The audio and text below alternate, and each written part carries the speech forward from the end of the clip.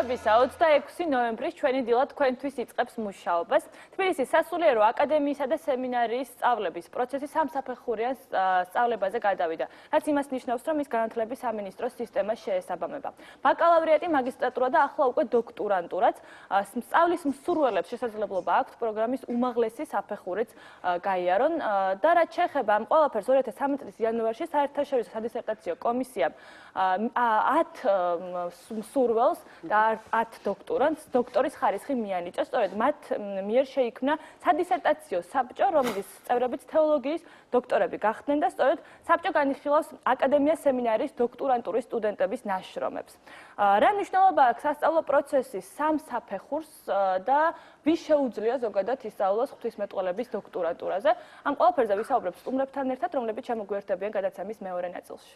დილამშვიდობისა, კიდევ ერთი თემა, რომელზეც ჩვენ სტუმრები გვეყოლება, ეს არის ალიმენტი და მასთან დაკავშირებული პრობლემები. მე როგორც გავიგე და ჩვენ საუბრობდით ეთერის დაწყებამდე, რომ თურმე საქართველოში ამასთან დაკავშირებით ძალიან ბევრი პირადი თუ ასე ვთქვათ, სხვა ისეთი სერიოზული პრობლემაა, რომელიც შეიძლება კანონთანაც იყოს კავშირში. მოკლედ, სერიოზული თემაა და ამაზე ჩვენ ვისაუბრებთ სტუმრებთან ერთად. დილამშვიდობის გადაცემის პირველ ბლოკში კიდევ ერთ ძალიან მნიშვნელოვან თემას შევეხებით, ეს გახლავთ ვარჯიშები ორსულებისთვის. მთელი მსოფლიოს მასშტაბით ექიმები ერთმნიშვნელოვნად თანხმდებიან იმაზე, რომ მსუბუქი ვარჯიშები ორსულისთვის აუცილებელია და ამ შემთხვევაში მათ ნაკლებადაც უხებთ წელის ტკივილი, აქვთ მეტი ენერგია და რა თქმა უნდა ძალიან კარგად გამოიყურებიან. უფრო დაწვრილებით თემას ოდო მოგვიანებით განვავრცობთ. კიდევ ძალიან ბევრი საინტერესო თემა ელოდება ჩვენს მაყურებელს დღევანდელ პროგრამაში და რა თემებს შევეხებით ნახოთ ვიდეო ანონსში. თუ ოჯახი დაინგრა და მამა ბავშვის აღზრდაში მონაწილეობას არ იღებს, როგორ მოვიქცეთ, რომ ბავშვი არ დაზარალდეს? პორტლანდელმა პროფესიონალმა ჩამხუტებელმა სპეციალური სალონი გახსნა, რომელშიც ნებისმიერ მსურველს მასთან ჩახუტების საშუალება ეძლევა. როდის გაიმართება ტროფი რეიდი თბილისის მიდამოებში და როგორ ტრასებს თავაზობენ ორგანიზატორები ექსტრემის მოყვარულებს? დეკანოზი პეტრეს პოეზიით ნათქვამი განცდები, ფიქრები და ემოციები ახმეტელის თეატრის სცენაზე. ერთ მოქმედებაში ჩატეული მოძღვრის აღსარება. რამდენად მნიშვნელოვანია ორსულობის პერიოდში სპეციალური ვარჯიშები მომავალი დედებისთვის? ირმა გიგანის 3 წლის ასაკში მხოლოდ მუსიკით დაწყებული ცხოვრება და სცენიდან მიღებული ყველაზე მძაფრი ემოციები.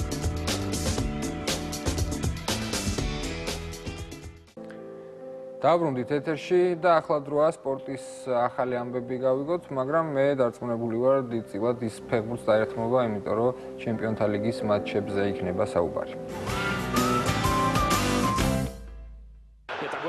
UEFA-ს ჩემპიონთა ლიგაზე 8 შეხვედრა გაიმართა. ის ჯგუფში Manchester City Bayern-ს შეხვდა. მე-20 წუთზე საკუთარ საჯარიმოში უხეშობისთვის მეჰდი ბენატია გააძევეს. სერხიო აგუერომ 11 მეტრიანი დარტყმით ანგარიში გახსნა. მე-40 წუთზე ჩაბი ალონსომ წონასწორობა აღადგინა. 5 წუთში კი City-ს კარი რობერტ ლევანდოვსკი მაიხო.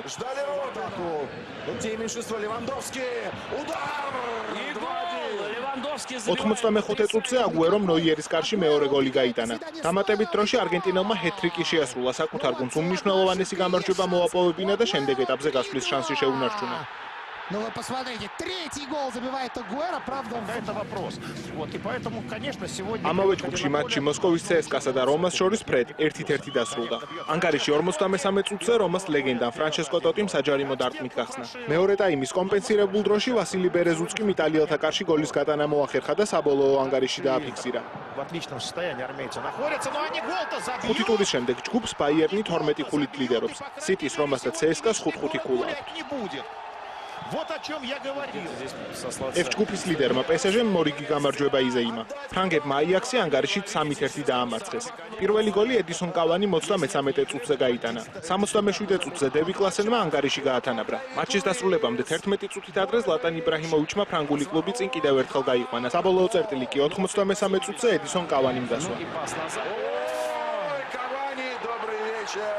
Кавани спрятался. Напомню, что помимо... 93 F ჯგუფის მეორე შეხვედრაში ბარსელონამ სტუმრად აპოლოთან გამარჯვება მარტივად მოიპოვა. მატჩის პირველი გოლის ავტორი ლუის სუარესი გახდა. პირველი ტაიმის მიწურულს და მეორე ტაიმის დასაწყისში ლეო მესიმ დუბლის შესრულება მოახერხა. 70-ე წუთზე საჯმა რაფინია უხეშობის გამო გააძევა. კვიპროსელებს რიცხობრივი უპირატესობა მხოლოდ 14 წუთის განმავლობაში ჰქონდათ. შემდეგ კი წითელი ბარათი ჟოაო გილერმე ამორიმმაც მიიღო. 97 წუთზე მესიმ აპოელის კარი კიდევ ერთხელ აიღო და ტაბლოზე საბოლოო ანგარიში დააფიქსირა.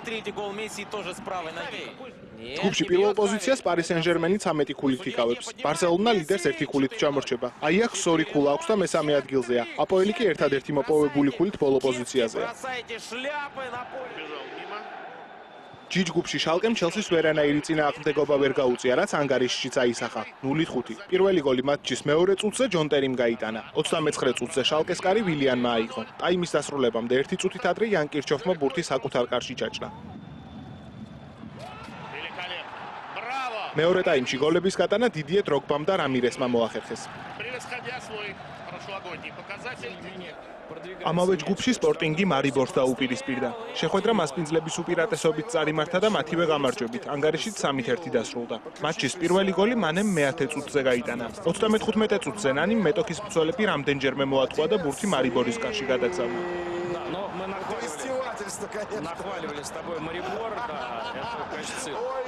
ტაიმის მიწურულს ჯეფერსონმა ბურთი საკუთარ კარში ჩაჭრა. მეორე ნახევარში ისრაელ სლიმანიმ კიდევ 1 გოლის გატანა მოახერხა.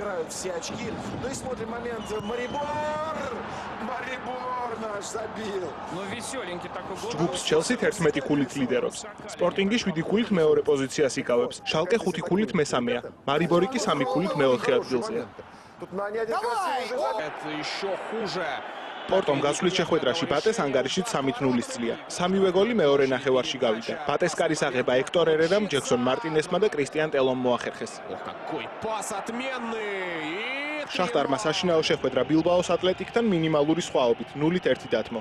მატჩის ერთადერთი გოლი მიკელ სან-ხოსემ 68 წუთზე გაიტანა. პორტოს და შახტარს მერვედფინალში თამაში გარანტირებული აქვთ. ჯგუფის ერთადერთი დარჩენილი ინტრიგა კი UEFA ევროპა ლიგის საგზურია, რომელსაც მესამე ადგილზე გასული გუნდი მიიღებს.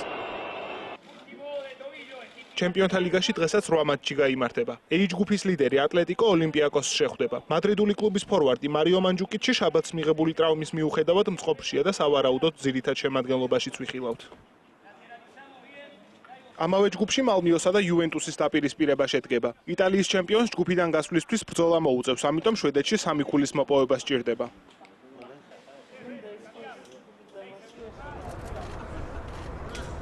B ჯგუფის ლიდერი მადრიდის რეალი ბაზელთან სტუმრად ითამაშებს. რეალის ყველა წამყვანი ფეხბურთელი მწყობრშია. გუნდს მხოლოდ პეპე და სამი ხედი რა გამოაკლდებიან. ეს ფეხბურთელები კარლო ანჩელოტიმ განაცხადს მიღმა დატოვა.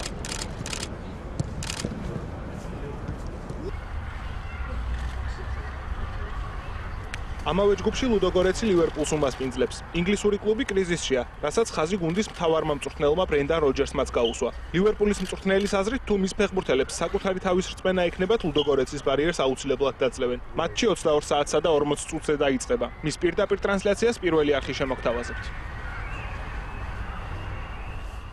C ჯგუფში ლევერკუზენი მონაკოს უმასპინძლებს, ზენიტი კი ბენფიკას მიიღებს. D ჯგუფში არსენალი დორტმუნდს შეხვდება, ანდერლეხტი გალათასარაის დაუპირისპირდება. დავით ყიფიანის სახელობის თასის 2/4 ფინალისტი უკვე ცნობილია. ვით ჯორჯიამ და სამტრედიამ შემდეგ ეტაპზე გასვლა მოახერხეს. ვით ჯორჯიამ სიონთან მატჩში ფრედ 3-3 დაასრულა. ორი მატჩის ჯამში კი 4-3 მოიგო. რთულ მდგომარეობაში მყოფმა სამტრედიამ ბათუმის დინამოსთან სამბურთიანი ჩამორჩენა აღმოფხვრა და სტუმრად გატანილი გოლის წყალობით შემდეგ ეტაპზე თამაშის უფლებაც მოიპოვა. დღეს კიდევ 6 მერვედფინალური შეხვედრა გაიმართება. თბილისის დინამო შუქურას მიიღებს, კოლხეთი დილას უმასპინძლებს, მეტალურგი ზუგდიდს დაუპირისპირდება, საპოვნელა სპარტაკს შეხვდება, ტორპედო მერანის ბარიერის დაძლევას ეცდება. მერვედფინალის ცენტრალური შეხვედრა ზესტაფონში შედგება, სადაც ადგილობრივი გუნდი ჩიხურას მიიღებს.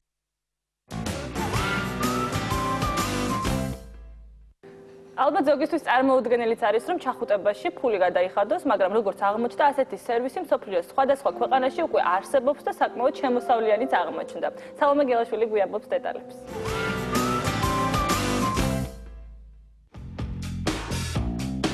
რამდენი შეიძლება გადაიხადოთ ჩახუტებაში, ან გადაიხდიდით თუ არა საერთოდ იმისთვის, რომ 1 საათის განმავლობაში ვინმე სრულიად პლატონურად გეფერებოდეთ. თუ თქვენი პასუხი დადებითია, შეგიძლიათ იაპონიას მიაკითხოთ, სადაც ჩახუტებას უკვე დიდი ხანია ყიდიან. ან ამერიკაში ჩახვიდეთ, სადაც ეს ბიზნესი მხოლოდ ახლახანს წამოიწყეს და უკვე საკმაოდ წარმატებითაც სარგებლობს. პროფესიონალმა ჩამხუტებელმა სამანტა ჰესმა სპეციალური სალონი რამდენიმე ხნის წინ გახსნა და პირველივე კვირას 10,000-მდე მეილი მიიღო, რომელშიც ჩახუტების მსურველები ფულის გადახდაზე თანახმა იყვნენ.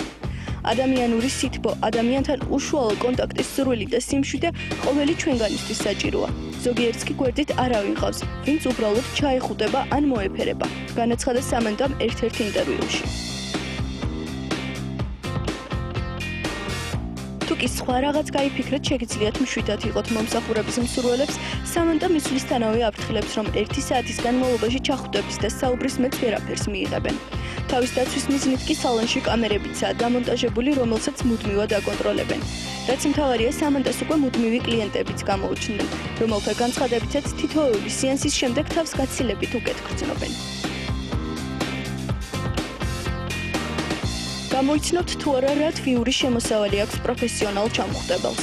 სამანტა თითოსაათიანი სეანსების წყალობით დაახლოებით $7,200 შეულობს. მისი კლიენტების 90% კი როგორც თავად მიხვდებოდით, 20-დან 75 წლამდე მამაკაცები არიან. განსხვავებულია იგივე მომსახურება ნიუ-იორკში, სადაც კიდევ ერთი პროფესიონალი კლიენტებს საათში $80 ეხუტება და საკმაოდ წარმატებულადაც. ასე რომ დაფიქრდით, როგორც ჩანს თვიური შემოსავლის გაზრდა ნებისმიერი საშუალებით შეიძლება.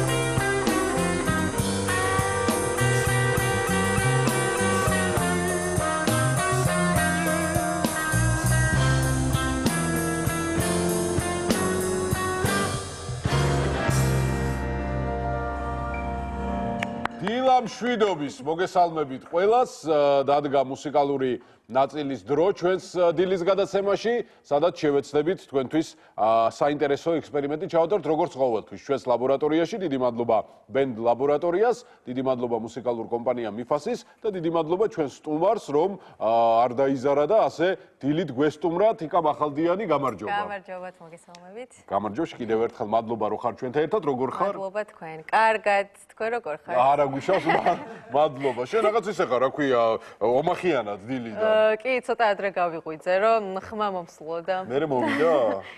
კი, იმედია, არ ვიცი. არ ვიცი. კარგი, ნუ ძალიან ისეთი ბანალური, მაგრამ ალბათ საინტერესო კითხვა, ყველა ახალგაზრდა მუსიკოსს ვსვამობას, რას აკეთებ დღეს? რით ხარ დაკავებული? თუ ხარ კმაყოფილი იმ შემოქმედებითი წვით, რაც შენ დღეს გაქვს? ну ალბათ ყოველს პასუხი იქნება რომ არა. აჰა. ანუ არ ვარ მერამდენი ჩაინიშნეთ ხოლმე მერამდენი მუსიკოსი. კმაყოფილი არ ვარ, რა თქმა უნდა. ну მუშაობ მღერი მე და ჩემი მეგობრები ერთ ადგილას, ეს ბატონებიც იქ არიან ხოლმე. დაძრებიან შემგარეში ჩუმჩუმად სადღაც ასაგებია. და ну ხანდახან არის ხოლმე რაღაც კონცერტები, მაგრამ სხვა არაფერი. პუბლიკის რამდენად მადლიერი ბრძანდებით? თუნდაც იმ ბარში. პუბლიკის მადლიერი ვარ, კი, ნამდვილად, იმიტომ რომ კარგი მსმენელია ნამდვილად. ანუ ხლაპად ხლუპი არის მის ხოლმე, როცა მღერი, მოსმენის კულტურა არის ბარში? კი, არის. არის. ანუ ნერვები არ გეშლება. არა, ну არის ხოლმე ხან ისე, ხან ესე, მაგრამ ძირითადად გისმენენ და ეს უკვე კარგია. იყო ასეთი გენიალური პიანისტი, ახლა მაგ ხლაპად კლუბზე გამახსენდა, ჯონ ლუისი. რომელიც იყო cool jazz-ის ერთ-ერთი ფუძემდებელი და modern jazz quartet-ისა. ასეთი დიდი ადამიანებიც ყოველ საღამოს უკრავდნენ ბარში, ეს მიღებული ფორმაა. მაგრამ ეს ადამიანი ძალიან შეწუხებული იყო, აი ჩემი მიერ დასახელებული სიტყვით და ასევე ჩახველებებით და ჩანგლების რათა რუხით. მაგრამ მან მოიფიქრა ძალიან საინტერესო ესე ვთქვათ ხრიკი. ესე იგი, ნელ-ნელა მივხვდიო, რომ რაც უფრო ჩუმად უკრავო, მით უფრო კარგად გისმენენო. დაიმახსოვრეთ ეს დიდი ადამიანის ნათქვამია. კარგი. სხვა რა ხდება კიდე? თუ რამე ახალი ჩანაწერისთვის ემზადები, თუ არსებობენ კომპოზიტორები, ვისთანაც ერთადაც მუშაობ, თუ არჩევ სიმღერებს, თუ მე ძალიან სხვა ქვეყანაში გადავედი ახლა და ამის პრობლემა აქ არ არის. იცით რა, ნამდვილად რომ ესე იგი სიმღერები მქონდეს ახალი, მაგრამ ჯერჯერობით ვერ მოვიფიქრე, ანუ ვის დავაწერინა სიმღერა. ანუ როგორ ხდება ამ შემთხვევაში შენ უკავშირდები რომელიმე კომპოზიტორს და ეუბნები რომ მინდა სიმღერა, ის გეუბნება თანხას. თუ თანხაზე არ ხდება ეს ყველაფერი? არა, თანხას თვითონ გეუბნება რომ აი აბა ის ახლა დაუჯერებელია რომ რასაკვირველია ჩავწეროთ რომ გაიყიდება ეს სიმღერა ორივე კადით ფულს ვიშოვით, საავტორო უფლებები დაიჭირა, ხო, ეს უკვე სხვა საქართველოა რაღაც ის საქართველო რომელშიც ჩვენ ალბათ кайხანი ვერ ვიცხოვრებთ ჯერ. გასაგებია და შემდეგ უკვე ერთობლივად მოდის მუშაობა.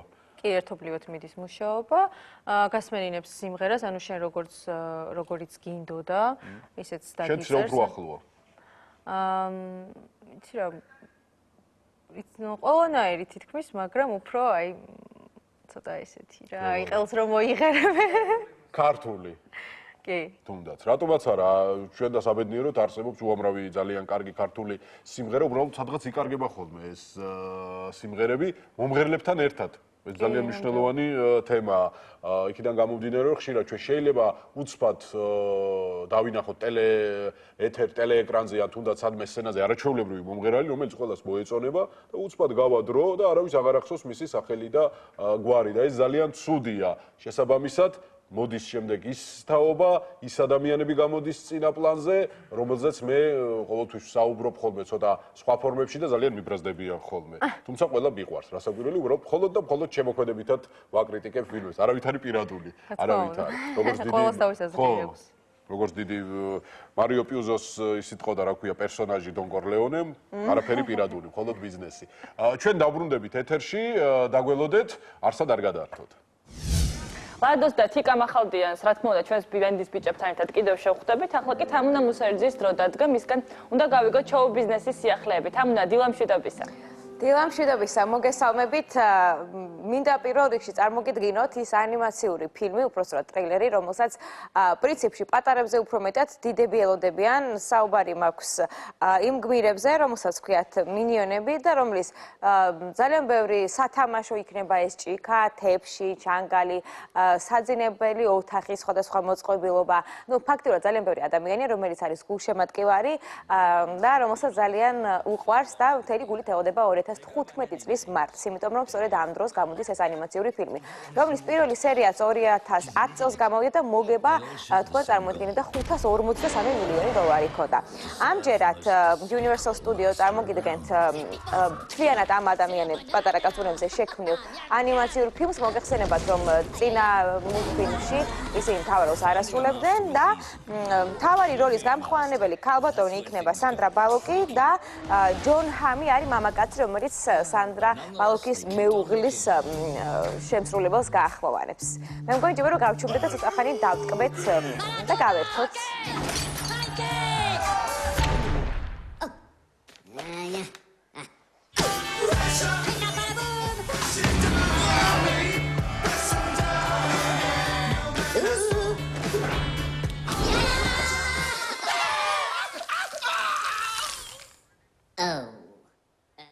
შინაარსი ანიმაციური ფილმის, რომელიც 2015 წელს გამოვა, არის ის, რომ ეს პატარა კაცუნები, მინიონები ეძებენ ის ადამიანს, რომელზეც იქნებიან დამოკიდებულები. თუმცა სრულიად შემთხვევით მოხვდებიან ამერიკაში. ალბათ სჯობს, რომ თავად უყუროთ და დაელოდოთ იმ ფილმს, რომელზეც ამდენი ვისაუბრეთ და აბსოლუტურად რადიკალურად განსხვავებულ სფეროს შევეხოთ. თან განსხვავებულ ქალაქს, ანუ თბილისზე მაქვს საუბარი, სადაც რამდენიმე დღის წინ შედგა ჩვენება.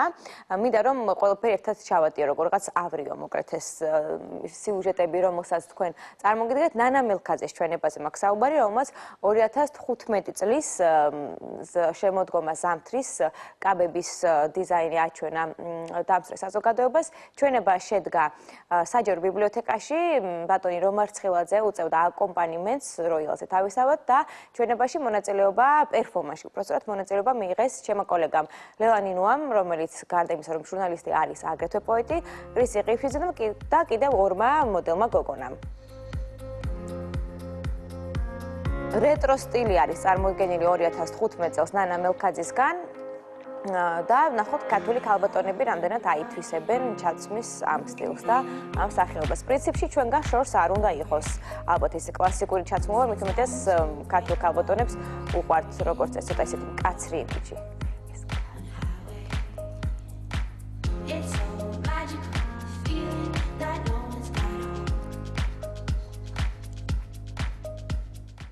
პრინციპში ამ ეტაპზე სულ ეს იყო ცხელ-ცხელი ამბები შემდეგი ჩართვისთვის მაქვს შემონახული და რაც თავარია ტკბილი ლუკმა. ასე რომ რამდენიმე წუთით გემშვიდობებით.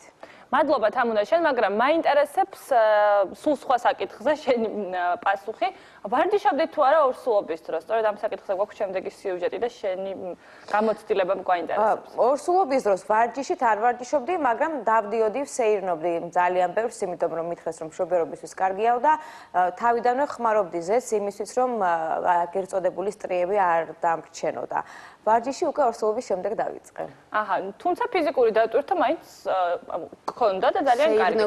მადლობა შენ. სეირნობაც ერთ-ერთია პრინციპში იმ ჩამონათვალიდან, რომელიც შეიძლება ორსულმა გაითვალისწინოს და მოემზადოს, ასე ვთქვათ. თუ ორსულს არ აქვს რაიმე განსაკუთრებული პრობლემა, მაშინ მან უნდა იცხოვროს ზუსტად ისე, როგორც ცხოვრობდა ორსულობამდე. შესაბამისად, ჯანსაღი ცხოვრების წესი მაინც აუცილებელია, პირველ რიგში კვების რეჟიმი და მერე რაც მთავარია, მუდმივად სეირნობა, ძალიან კარგია ცურვა. ნებისმიერ ტრიმესტრში შეგიძლიათ იცურავთ, თუ რა თქმა უნდა, ისიც ცურვა და გიყვართ წყალი, ეს ძალიან კარგია ჯანმრთელობისთვის და ის ყველაფერი, რაზე ჩვენ ვისაუბრებთ. ცურვა ვინც არის სიარული, ხო იცის და სიარული ხო, ფიზიკური დატვირთვა ძალიან კარგია იმისთვის, რომ უფრო სწრაფად ჩადგეთ მშობიარობის შემდეგ ფორმაში. ეს ყველა ქალბატონისთვის ძალიან მნიშვნელოვანია და კიდევ ერთი რჩევა, რასაც გვაძლევენ ექიმები.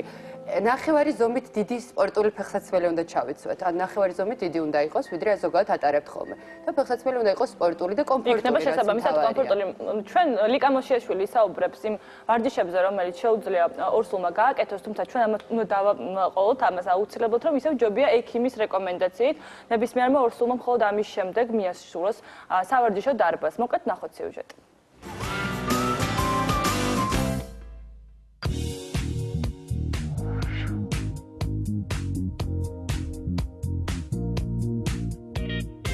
ფიზიკური აქტივობა ორსულობის პერიოდში ძალიან მნიშვნელოვანია. სწორი კვებისა და ვარჯიშის დახმარებით თქვენ შეგიძლიათ სასურველი ფორმა და წონა შეინარჩუნოთ.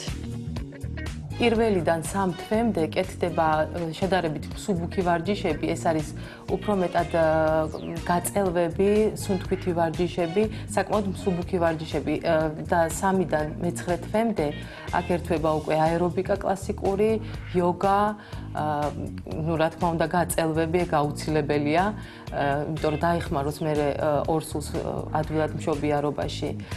ვარჯიში მსუბუქი მოძრაობებით უნდა დაიწყოთ. შემდეგ სპეციალურ ბურთზე გადადით. მისი მეშვეობით თქვენ გაწელვები და წრიული მოძრაობები უნდა გააკეთოთ.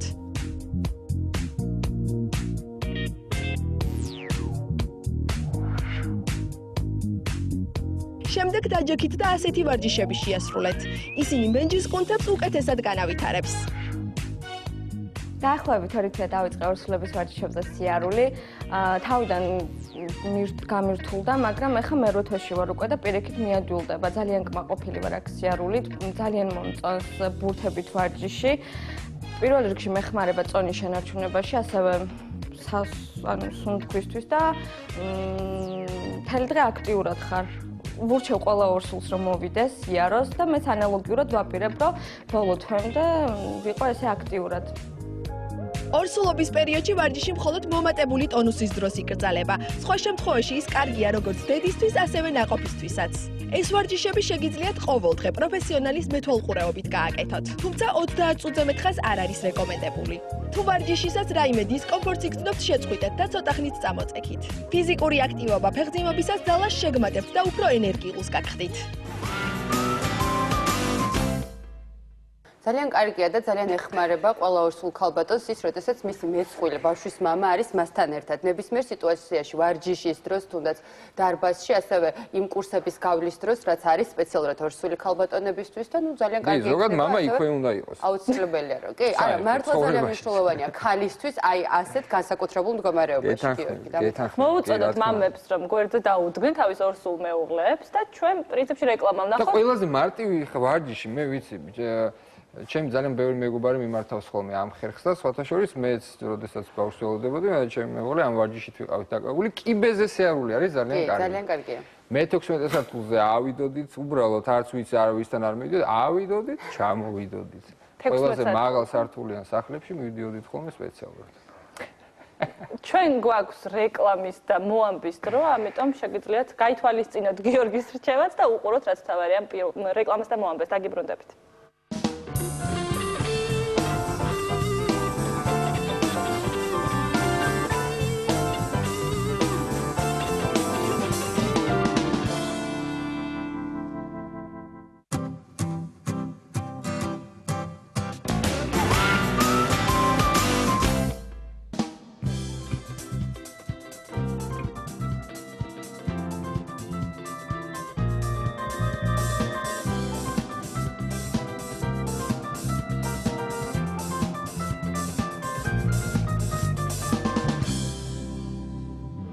მშვიდობისა დავბრუნდით ეთერში და შეგახსენებთ თემას, რომელზეც სულ რამდენიმე წუთში ვისაუბრებთ, ეს არის ალიმენტის საკითხი, რომელიც პრობლემად დგას ძალიან ბევრ განქორწინებულ ოჯახში. ძალიან ხშირ შემთხვევაში განქორწინების შემდეგ შვილებზე ზრუნვა რატომღაც დედას ეკისრება ხოლმე და მშობელი მამა ცდილობს რომ ყოველგვარი პასუხისმგებლობა თავიდან აიცილოს.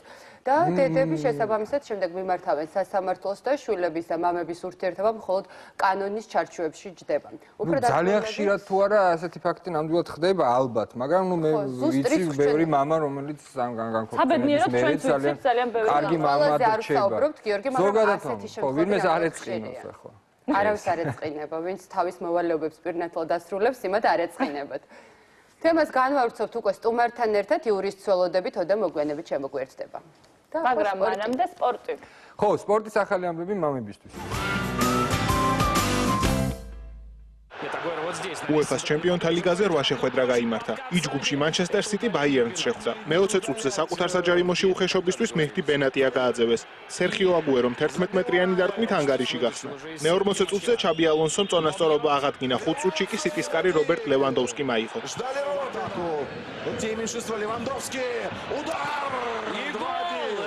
95 წუთზე აგუერომ ნოიერის კარში მეორე გოლი გაიტანა. დამატებით დროში არგენტინელმა ჰეტ-ტრიკი შეასრულა, საკუთარ გუნდს უმნიშვნელოვანესი გამარჯვება მოაპოვებინა და შემდეგ ეტაპზე გასვლის შანსი შეუნარჩუნა. Ну вы посмотрите, третий гол забивает Агуэро, правда.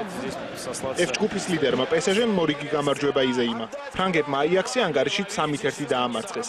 პირველი გოლი ედისონ კავანი 33 წუთზე გაიტანა. 77 წუთზე დევი კლასენმა ანგარიში გაათანაბრა. მატჩის დასრულებამდე 11 წუთით ადრე ზლატან იბრაჰიმოვიჩმა ფრანგული კლუბი წინ კიდევ ერთხელ გაიყვანა. საბოლოო წერტილი კი 93 წუთზე ედისონ კავანიმ დასვა. Напомню, что помимо F-ჯგუფის მეორე შეხვედრაში ბარსელონამ სტუმრად აპოლოთან გამარჯვება მარტივად მოიპოვა. მატჩის პირველი გოლის ავტორი ლუის სუარესი გახდა. პირველი ტაიმის მიწურულს და მეორე ტაიმის დასაწყისში ლეო მესიმ დუბლის შესრულება მოახერხა. 70 წუთზე საჯმა რაფინია უხეშობის გამო გააძევა. კვიპროსელებს რიცხობრივი უპირატესობა მხოლოდ 14 წუთის განმავლობაში ჰქონდათ. შემდეგ კი წითელი ბარათი ჟოაო გილერმე ამორიმაც მიიღო. 87 წუთზე მესიმ აპოელის კარი კიდევ ერთხელ აიღო და ტაბლოზე საბოლოო ანგარიში დააფიქსირა. 73-й гол Месси тоже с правой ноги. ჯგუფში შალკემ ჩელსის ვერანაირი წინააღმდეგობა ვერ გაუწია, რაც ანგარიშშიც აისახა. 0-5. პირველი გოლი მატჩის მეორე წუთზე ჯონ ტერიმ გაიტანა. 29 წუთზე შალკეს კარი ვილიანმა აიღო. ტაიმის დასრულებამდე 1 წუთით ადრე იან კირჩოფმა ბურთი საკუთარ კარში ჩაჭრა. მეორე ტაიმში გოლების გატანა დიდიე დროგბამ და რამირესმა მოახერხეს. მატჩი მოსკოვის CSKA-სა და რომას შორის ფრედ 1-1 დასრულდა. პორტომ გასვლის შეხვედრაში ბატეს ანგარიშით 3-0 წლია. შახტარმა საშინაო შეხვედრა ბილბაოს ატლეტიკთან მინიმალური სხვაობით 0-1 დათმო.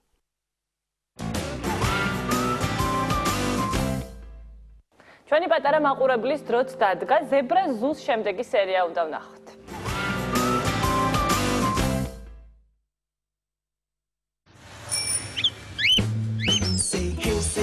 Say, how do you do to a fine young zebra by the name of Sue? Oh, oh, oh, oh. Meet mom and dad, Nana too, grandma, grandpa, all of you. Oh, oh, oh, oh. I've got a friend in you. I've got a friend in Sue. I've got a friend in you.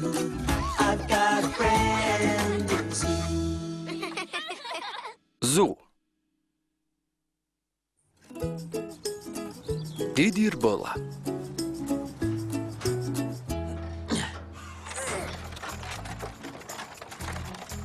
ეს მანქანები დიდებულია, ბაბუა. ერთი სული მაქვს ელზის ვაჩვენო.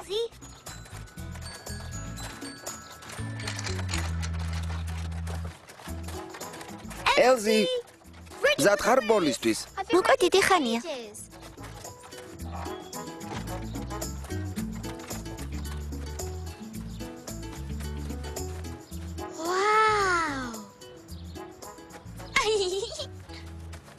რა მაგარია? ვიცი, ბაბუამ შესანიშნავად იმუშავა. ბაბუამ და მისმა თანაშემწემს. მე ისინი მოვხდე. შეიძლება დავიწყოთ? რა თქმა უნდა. პირველი მანქანა, რომელიც სახლს გარშემო შემოუვლის, გაიმარჯვებს. გასაგებია. მოიცადე, ჯერ ყველას ვეტყვი.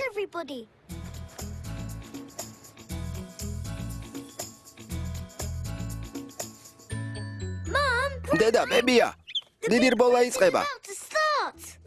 ჩვენ ამის გამოტოვება არ გვინდა. ნამდვილად. ახლა ვემოვთ.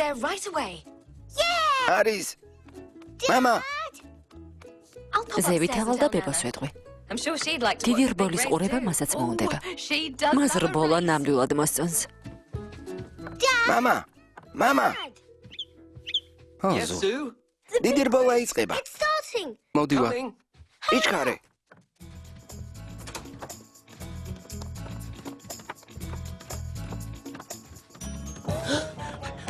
ფრთხილად. დაშავდი? სერიოზული არაფერია. კარგად ვარ. უბრალოდ ფეხი ამიცურდა. რა მოხდა? გონი კოჭი გადამიბრუნდა. დამეყრდენი? ნელა? წამოდი. მალამოს და საფენებს მოვიდა.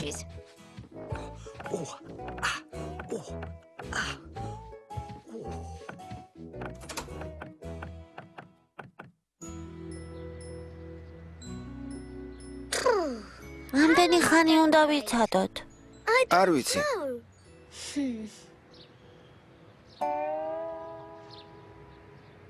იქნებ წახვიდე და ნახო რატომ იგვიანებენ. კარგი.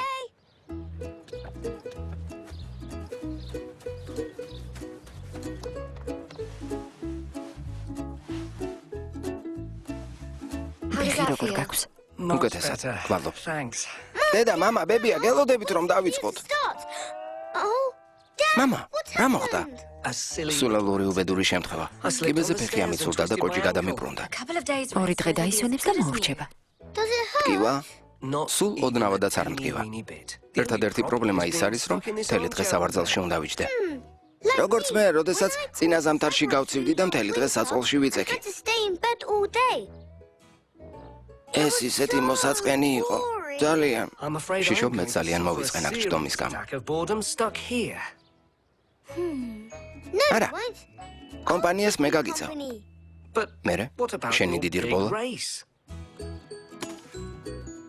შენ რბოლაზე უფრო მნიშვნელოვანი ხარ, მამა. ძალიან თავაზიანი ხარ, ბიზო. რბოლა გადაიდო? მამა ჩემს უნდა დავეხმარო. მაგრამ შენ შეგიძლია ბაღში მანქანითი არ ველზი. წინააღმდეგი ხომ არ ხარ? რა თქმა უნდა არა.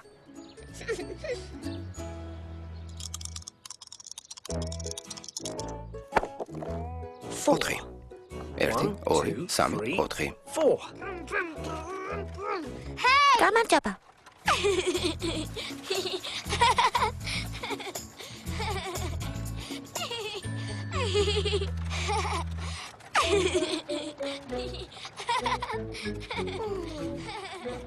შენი ჯერია ზუ. შენ გეძახი ზუ. შენი ჯერია. მაპატიე მამა.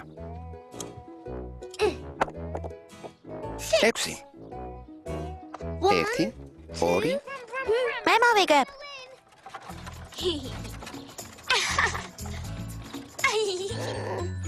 3, 4, 5, 6. ზუ. ნამდვილად გინდა ამის თამაში? არა, მართალი ხარ. წავალ, სხვას მოვიტან.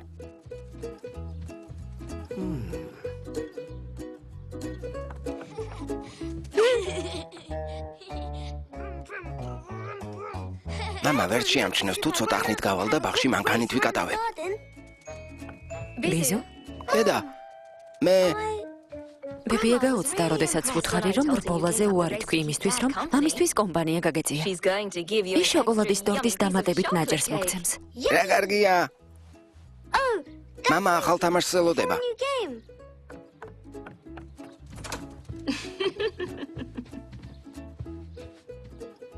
Do you have in the სკობელის ოჯახიდან ქალიშვილი ყავს? მაგარია. მაგარია. ზუ. ო, ქალიშვილი. აი, აქ არის. სკობელის ქალიშვილი ზუ და არა მეთევზე.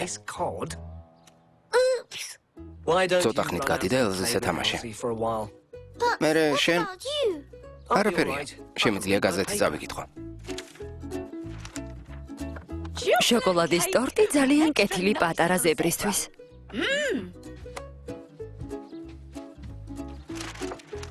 მადლობა, ბებია. არაფრის ზებრაზო.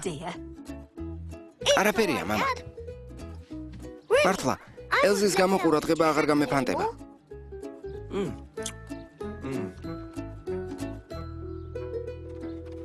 არის.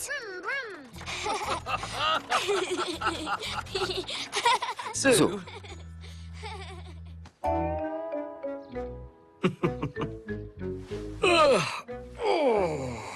I feel a bit. ცოტა დავიღალე.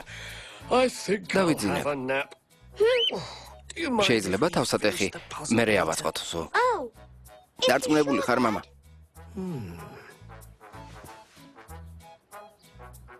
კარგი, მაშინ დამიძახე, როცა გაიღვიძებ.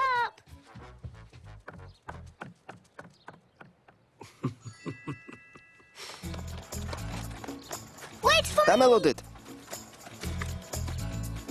ზუ, რბოლისთვის დაბრუნდი? კარგი. მოემზადეთ. ყურადღება. წი.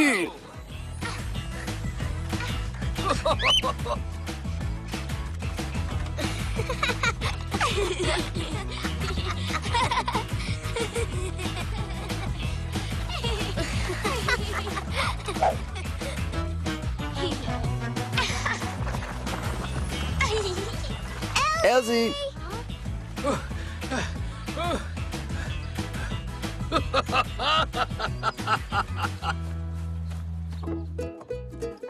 გამარჯობა. გავიგე რომ ფეხი იდგინე. კოჭი როგორ გაქვს? დავისვენე და გაცილებით უკეთესად ვარ. ზუ სად არის?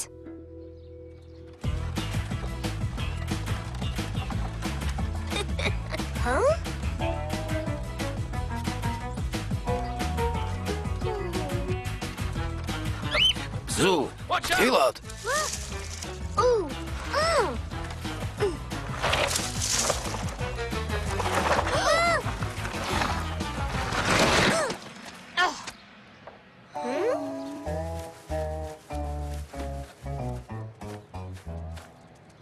აბატი ელზი, ეს ჩემი ბრალია.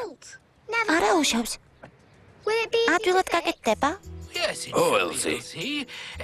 ზუ, რაზე ფიქრობდი? მამაზე.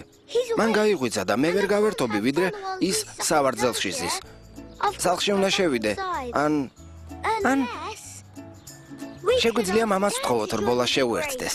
სავარძლით? ო, ბაბუა, შეგიძლია მის სავარძელს ბორბლები გაუკეთო? რა თქმა უნდა. კარგი აზრია.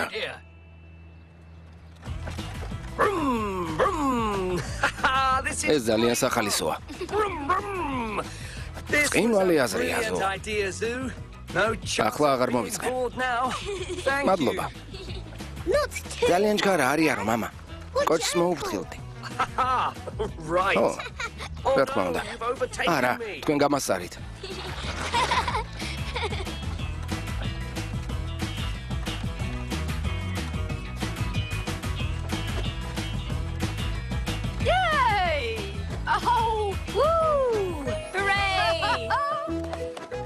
და გამარჯვებულია ზუ. არის. კარგია, ყოჩა.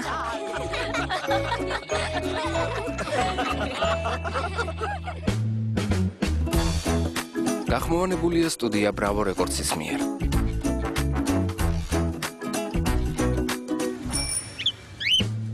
Say hey, say hi, say how do you do to a fine young zebra by the name of Sue. Oh, oh, oh, oh. Meet mom and dad, Nana too, grandma, grandpa, all of you. Oh, oh, oh, oh. I've got a friend in you. I've got a friend in Sue. I've got a friend in you. I've got a friend in Sue. Zoo. Zoos აკვარიუმი. მოვედით. ყველანი გადმოდით. მე და აკვარიუმში აზით წამოსულიყო. ის ძალიან მოწყენილი იყო, მას მერე რაც თავისი საყვარელი დათუნია გიზმო დაკარგა. იქნებ ამას გაემხიარულებინა. ყველგან ეძება? ო, ჩვენს ბაღშიც ვეძებეთ და მის ბაღშიც. Zoo. ელზი. ნახავ როგორ არის დედა, კარგი? კარგი ბიზო.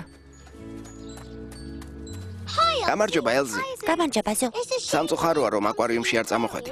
ძალიან მაგარი იყო. ეხარია რომ გაერთა, მაგრამ მინდოდა გიზმო მომეძებნა. თუ გინდა კიდევ დაგეხმარები მის მოძებნაში. არა უშავ Zoo. ყველგან ვეძებე და ახლა აქ ნახავ. მაინც გმადლობ. კარგი, დროებით. ნახვამდის.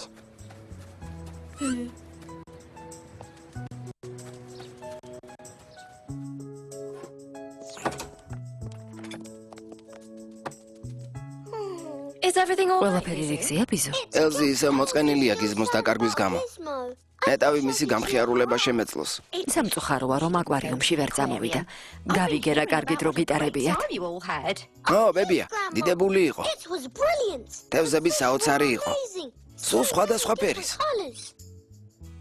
არ ვიცოდი რომ ამდენი სახეობის თევზი არსებობდა. ზო, რადგან აკვარიუმის ნახვა ასე მოგეზონა იქნებ, ჩვენი საკუთარი აკვარიუმი გავაკეთოთ. ეს დიდებული იქნება, ბაბუა. შეგვიძლია შევჩავსოთ თევზები, რომლებიც არ ჭამენ და წყალი არ ჭირდებათ. შეგვიძლია თავად გავაკეთოთ და ავსში ჩავსოთ. მოვიფიქრე, შემიძლია ის ელზისთვის გავაკეთო, რომ გავამხიარულო. შესანიშნავი აზრია ბიზო. მაშინ ფარეხში წავიდეთ. საჭირო მასალების უმეტესი ნაწილი იქ გვაქვს. კარგი, ბაბუა.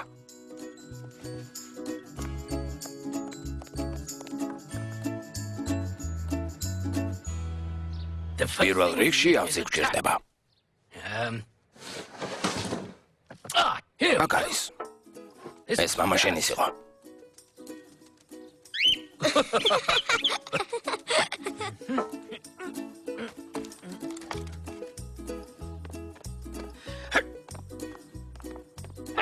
და სადღაც აქვე არის 5 მამა შენის ძველი ნივთებით.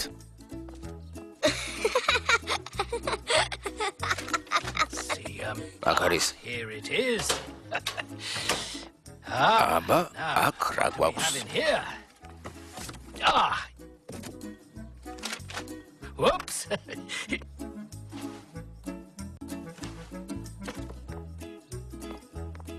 ახლა ავზის ფსკერისთვის ხრეში გჭირდება.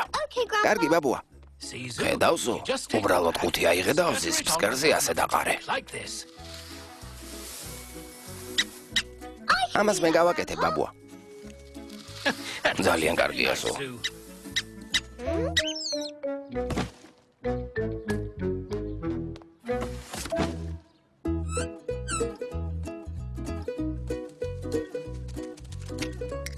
ეს მამას ყუთში ვიპოვე. შეგვიძლია ისინი სავსში ჩავდოთ. იდეალურია. ვიცოდი რომ როდესმე გამოგვადგებოდა. ეს მყინთავის ჩაფხუტია, ბაბუა. მაგრამ მას მყინთავი არ ახლავს. იქნებ სხვა რამე გამოვიყენოთ. აი, ეს გამოდგება.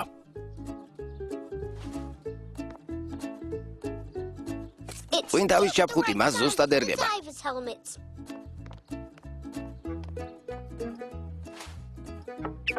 დიდებულია. ახლა თევზები გჭირდება. შეგვიძლია ისინი სამზარეულოში გავაკეთოთ. წამოდი.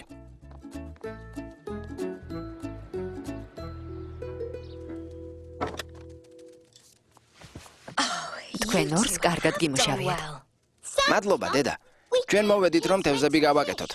მაგრამ ჩემი აზრით თავს წყალმცენარეები ჭირდება. შეგიძლია შესაფუთი ქაღალდი გამოიყენო. შვენივრად გამოიყურება. მე უნდა გავიდე, მაგრამ მალე მოვალ და ვნახავ რა გამოგივათ. ნახვამდის. კარგი, მამა. ნახვამდის.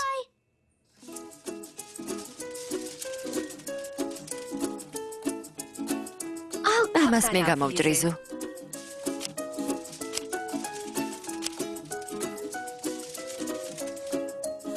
მაგარია.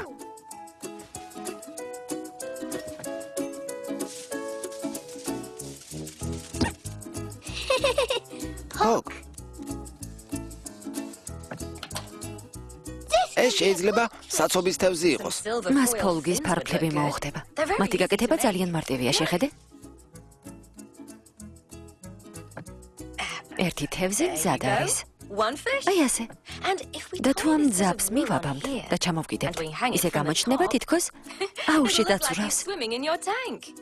დიდებულია. ჩვენ ნავზისთვის პირველი თევზი გავაკეთეთ. აქ კიდევ არის, შენ უბრალოდ უნდა მორთო ისინი.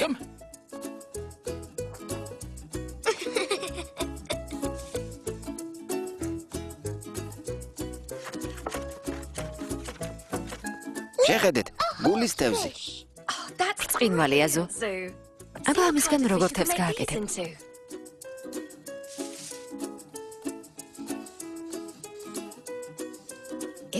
თუ ძაბს მივაბამთ, მაშინ შენი თევზი თავისუფლად იცურავებს. როგორც წყალში. მადლობა. ძალიან მომწონს. მზად არის რომ ელზის ვაჩვენო. მადლობ დახმარებისთვის. იქნებ დაურეკო. გამომართვი. გამარჯობა ელზი, ზუვარ. შეგიძლია მოხვიდე. შენთვის სიურპრიზი მაქვს. კარგი, დროებით. ის მოდის.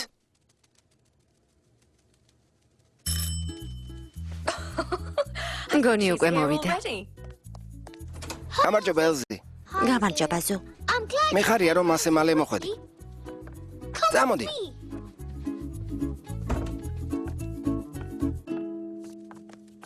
გამარჯობა. გამარჯობა ელზი. წუხა რომ შენი დათუნია გიზმო, ჯერ კიდევ ვერ იპოვე. ვიცი რომ ეს გიზმოს ვერ შეგიცვლის, მაგრამ შენს გასამხიარულებლად ეს გავაკეთე. დედას და ბაბუას დახმარებით, რა თქმა უნდა. ზუ, რა ლამაზია. გმადლობ. შეიძლება მეც გავაკეთო თევზი. ო, დიდებული აზრია.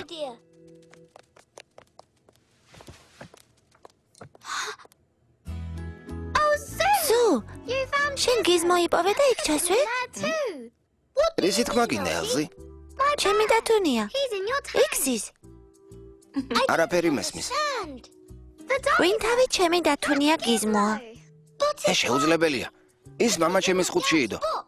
არა ზუ, ეს გიზმოა. მართლა? გამარჯობა. საქმე როგორ მიდის? კარგად, მაგრამ უცნაური რა მოხდა. როგორც ჩანს, ელზის დაკარგული დათუნია ზუს აკვარიუმში აღმოჩნდა.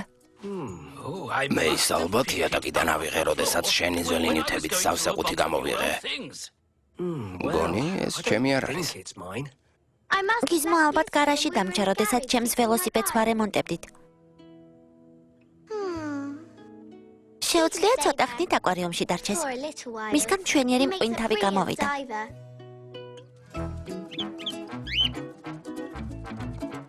რა კარგი იქნებოდა თევზებთან ცურვა რომ შეგვეძლოს, როგორც გიზმოს. იქნებ შეგვიძლია კიდეც. მოდი ჩემი ოთახი უზარმაზარ აკვარიუმად ვაქციოთ. ეს დიდებული აზრია ზო. ჩვენ მხოლოდ მუღაოს ნაჭრები გვჭირდება თევზის გასაკეთებლად და ბუშტები. ხო, შეგვიძლია ზუს დაბადების დღიდან დარჩენილი ბუშტები გამოვიყენოთ და წინაშობიდან დარჩენილი მწვანე ლენტებისგან წყალმცენარეები დავამზადოთ. ეს ბრწყინვალე იქნება.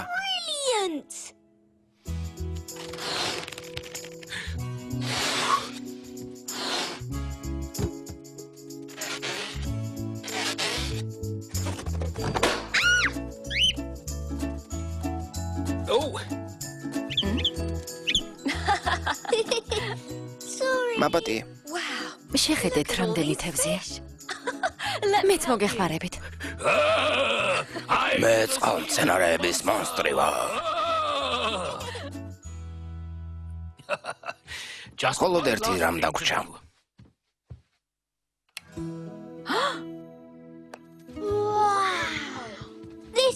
რა მაგარია. ჩვენ თევზებთან ერთად ვცურავთ. Hello, can I have ერთი წუთი ყურადღება.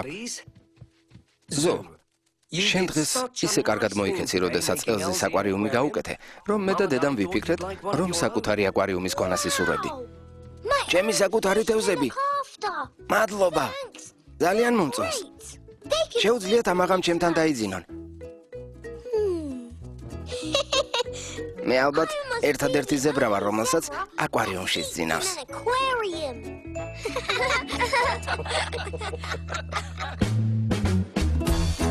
გახმოვანებულია სტუდია ბრავო რეკორდსის მიერ.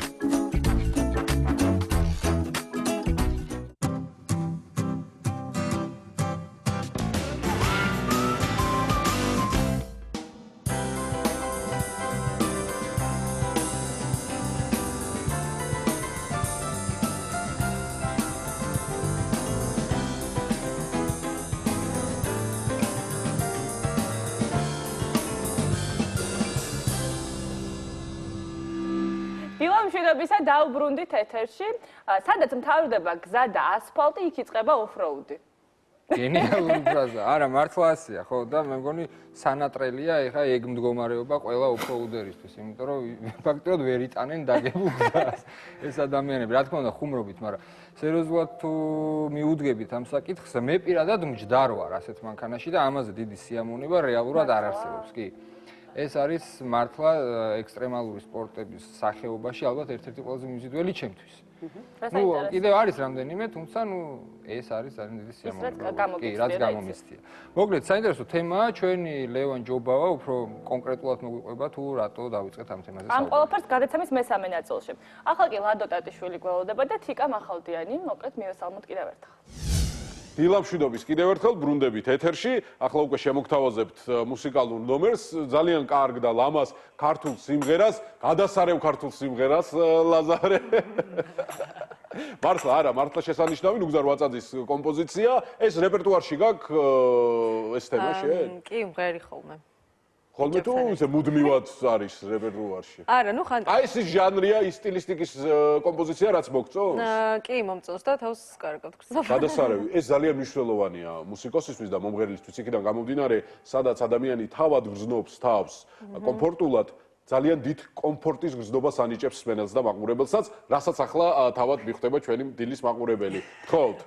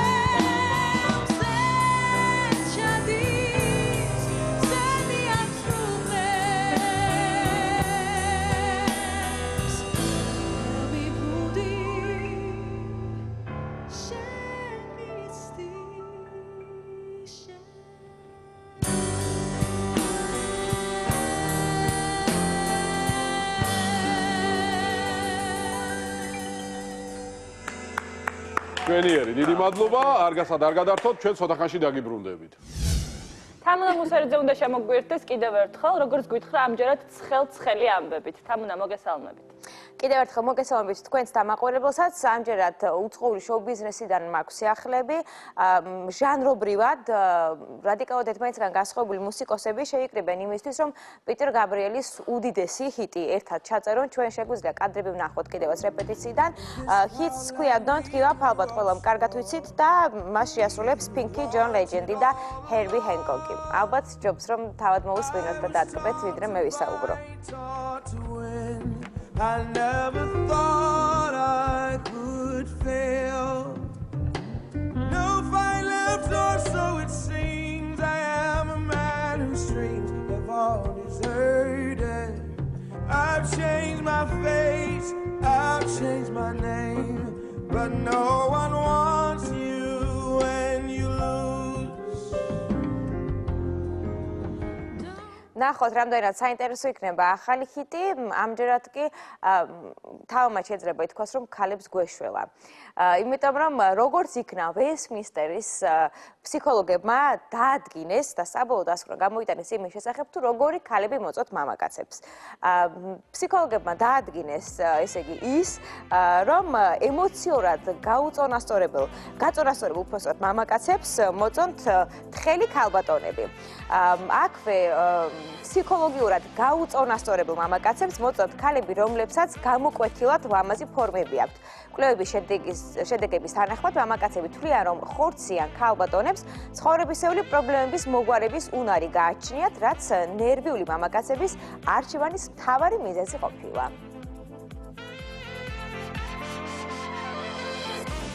ანუ ნერვიულ მამაკაცებს არ მოვეწონები და ეს თავისთავად ძალიან დიდი პლუსია. სამაგიეროდ მოეწონებათ ის ჩვენება, რომელსაც ამჯერად წარმოგიდგენთ 2014 წლის მოდის ძახილი თამამად შეიძლება ითქვას, რამდენიმე დიზაინერმა 2014 წელს ჩვენებაზე სწორედაც რომ ფუშფუშა ქალბატონები გამოიყვანა. შეგიძლიათ დატკბეთ.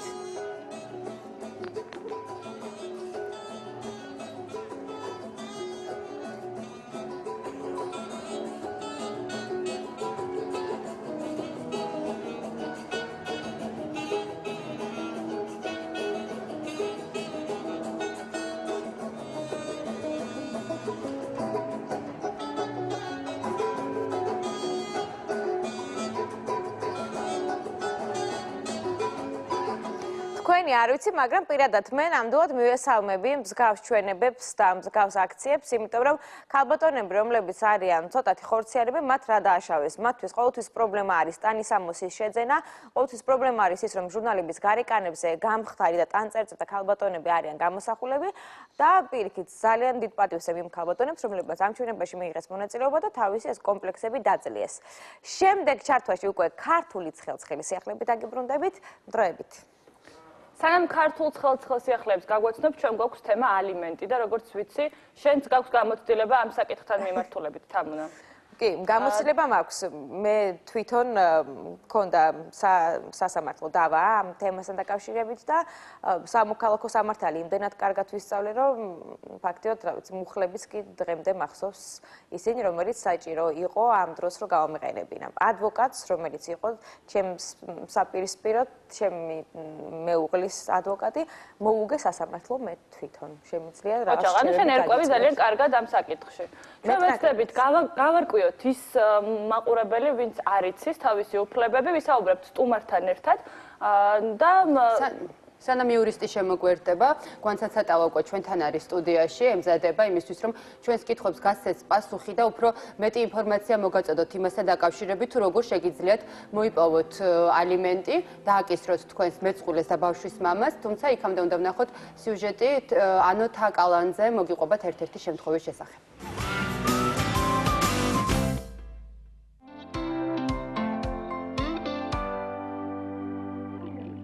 ჟანა ქმარს 4 წელია გაშორდა.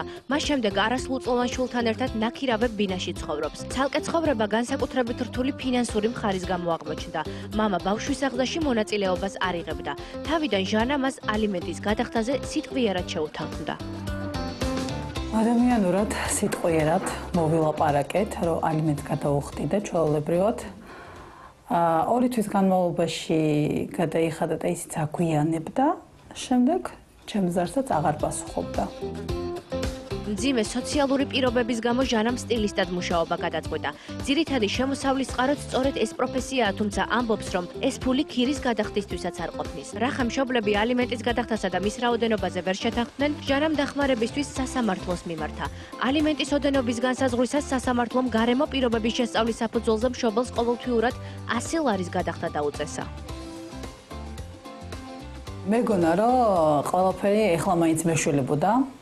აი ამ ალიმენტის შემდეგ, მაგრამ სამწუხაროდ ყველაფერი ისე წარიმართა, რომ აი ყოველი თვის ბოლოს მოგეხსენებათ, რომ ბავშვს მომზადება ჭირდება სხვადასხვა საგნებში, ვამზადებთან ჯანმრთელობის რაღაც პატარა პრობლემები აქვს და აი ამ ყველაფრის გადახდას მაინც მომიწია მე. სასამართლოს გადაწყვეტილებიდან რამდენიმე თვეში ჟანას თქმით ყოფილი მეუღლე საზღვარგარეთ წავიდა. ამის შესახებ მან მისი მეგობრებისგან შეიტყო.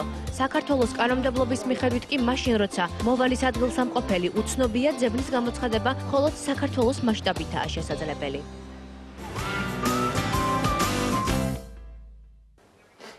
ალიმენტთან დაკავშირებულ საკითხებზე საუბარს ვაგრძელებთ უკვე სტუმართან ერთად, იურისტი გვანცა ცატავაა დღეს ჩვენთან ერთად. დილო მშვიდობის და ძალიან დიდი მადლობა ჩვენთან სტუდიაში მობრძანებისთვის. ხალბატონო გვანცა, ძალიან მნიშვნელოვანი საკითხი, რითიც დამთავრდა სიუჟეტი, როდესაც მამა მიდის საზღვარგარეთ და მისი მოძებნა უკვე შეუძლებელია, თუმცა მოდით ამ საკითხს ოდნავ მოგვიანებით დავუბრუნდეთ და დავიწყოთ იმით, რამდენად ხშირად მოგმართავენ განქორწინებაში მყოფი ხალბატონები და როგორი ტიპის კონსულტაცია სჭირდებათ მათ. ზოგადად აქვთ ინფორმაცია, როგორ დააკისრონ მამას ალიმენტი და რამდენად ხშირად ახერხებენ, რომ პირადი შეთანხმების საფუძველზე გაირკვეს ყველაფერი. უმეტეს შემთხვევაში ვერ ახერხებენ თვითონ შეთანხმებას მეუღლეები, ვინაიდან კონფლიქტი აქვთ, განქორწინებულები არიან და პირიქით ხშირ შემთხვევაში ბავშვი ხდება ხოლმე ისეთი ბერკეტი, რომლის საშუალებითაც ერთი მეუღლე რაღაც თავის პოზიციების დაცვას ცდილობს მეორის მიმართ. ძირითადად მოგმართავენ ძალიან ხშირად ასეთი კითხვებით, არიციან შეიძლება თუ არა განქორწინებასთან ერთად იყოს განხილული ალიმენტის შესახებ დავა, სად შეიძლება ეს განხორციელდეს. კანონმდებლობით განსაზღვრულია შემდეგი. განქორწინება დასაშვებია სასამართლოს გარეშეც, იუსტიციის სახლში შეუძლიათ მივწადნენ მეუღლეებს ერთობლივი განცხადების საფუძველზე განქორწინდნენ, თუ მათ შორის არ არსებობს დავა ბავშვის საცხოვრებელი ადგილის მიკუთვნებასთან დაკავშირებით, ან ქონების გაყოფასთან დაკავშირებით.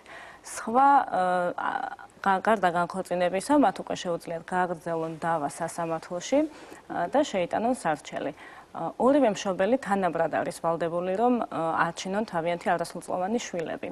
ამისათვის არ არის აუცილებელი, რომ ისინი იმყოფებოდნენ რეგისტრირებულ ქორწინებაში. ეს ძალიან მნიშვნელოვანია, რომ ბევრს გონია, რომ რადგან ხელი არ აქვს მოწერილი, არაფრის უფლება აღარ აქვს. ხელის მოწერა წარმოშობს მათ შორის მხოლოდ ქონებრივ ურთიერთმოვალეობებს და ვალდებულებებს.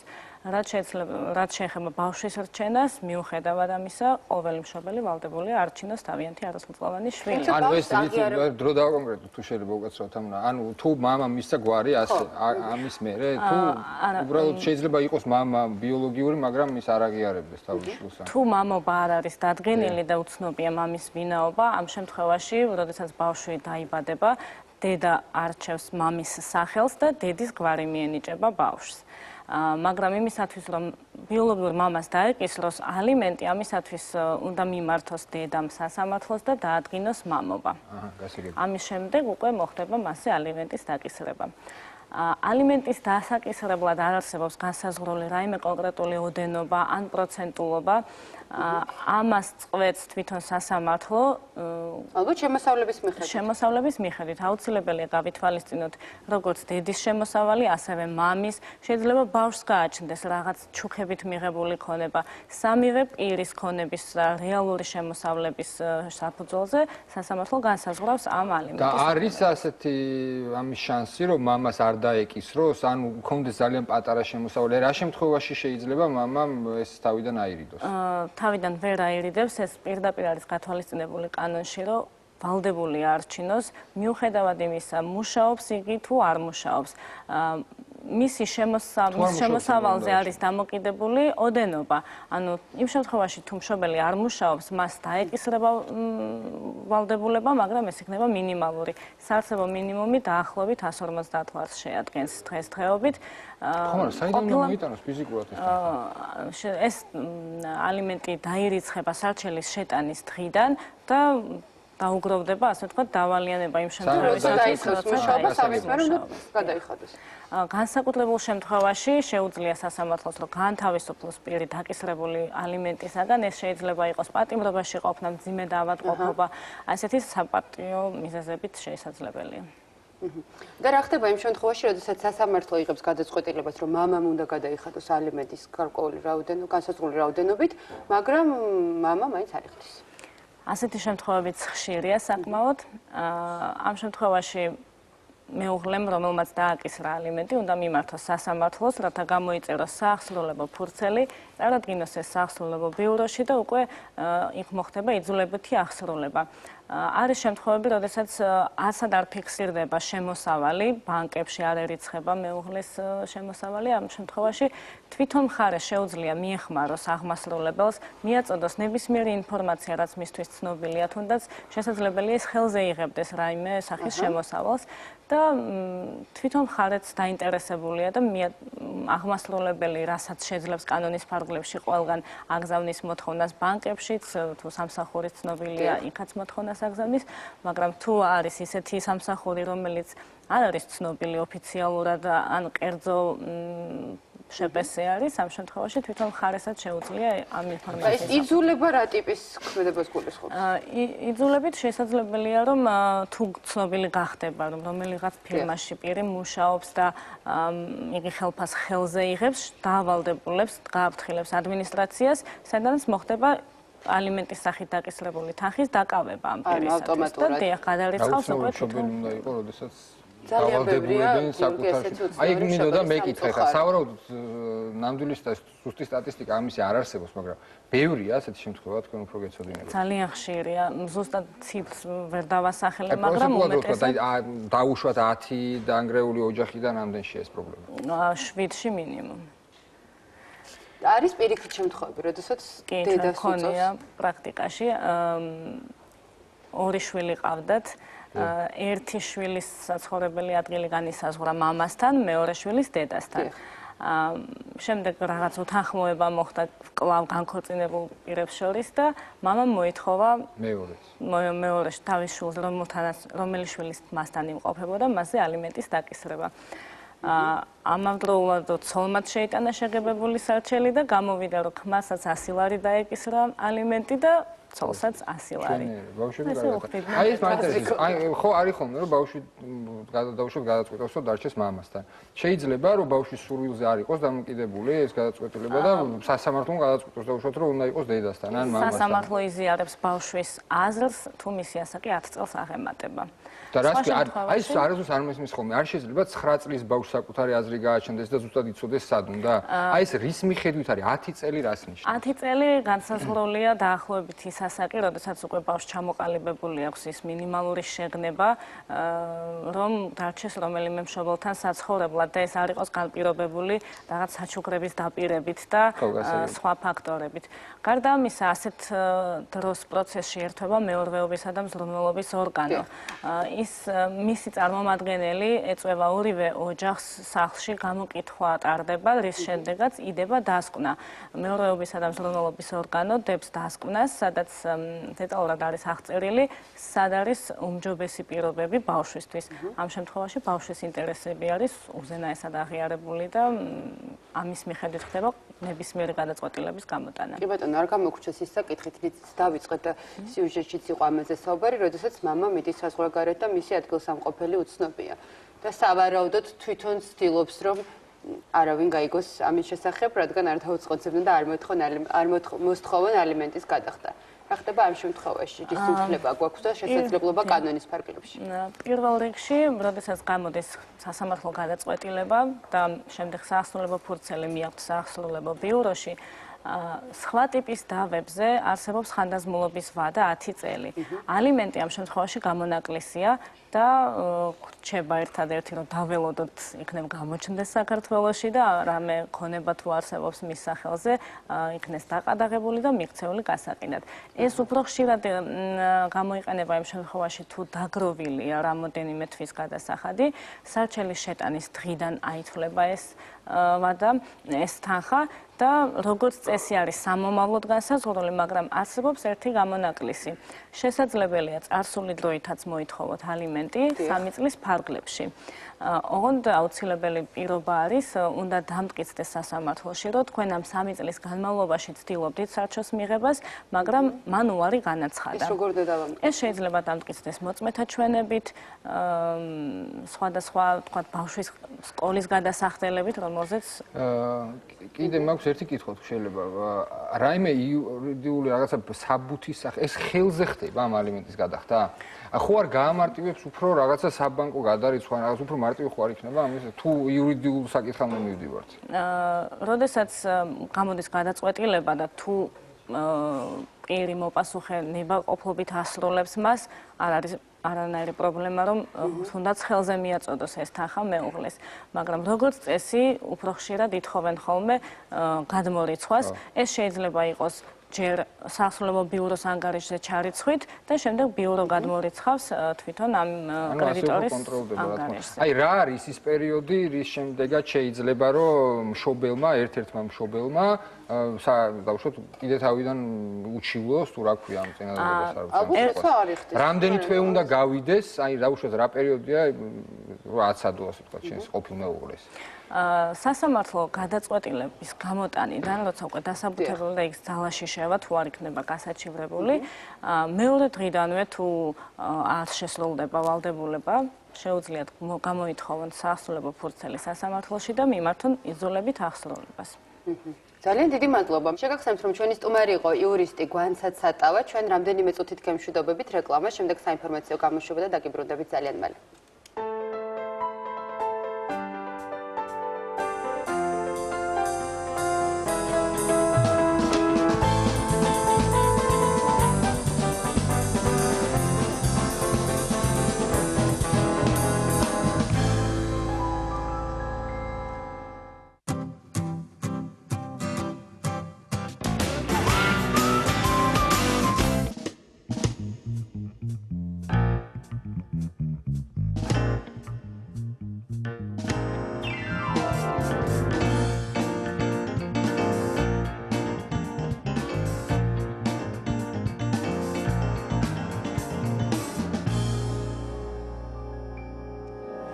დილამშვიდობისა დაუბრუნდით ეთერში და შეგახსენებთ თემას, რომელზეც სულ რამდენიმე წუთში ვისაუბრებთ სტუმრებთან ერთად. თბილისის სასულიერო აკადემიისა და სემინარიის სასწავლო პროცესის სამსაფეხურიან სწავლებაზე გადავიდა და ის უკვე განათლების სამინისტროს სისტემას შეესაბამისება.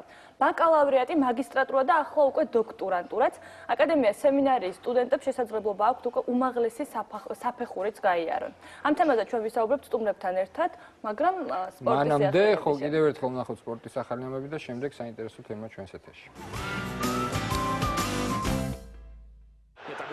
UEFA-ს ჩემპიონთა ლიგაზე 8 შეხვედრა გაიმართა. იჯ ჯგუფში Manchester City Bayern-ს შეხვდა. მე-20 წუთზე საკუთარ საჯარიმოში უხეშობისთვის მეჰდი ბენატია გააძევეს.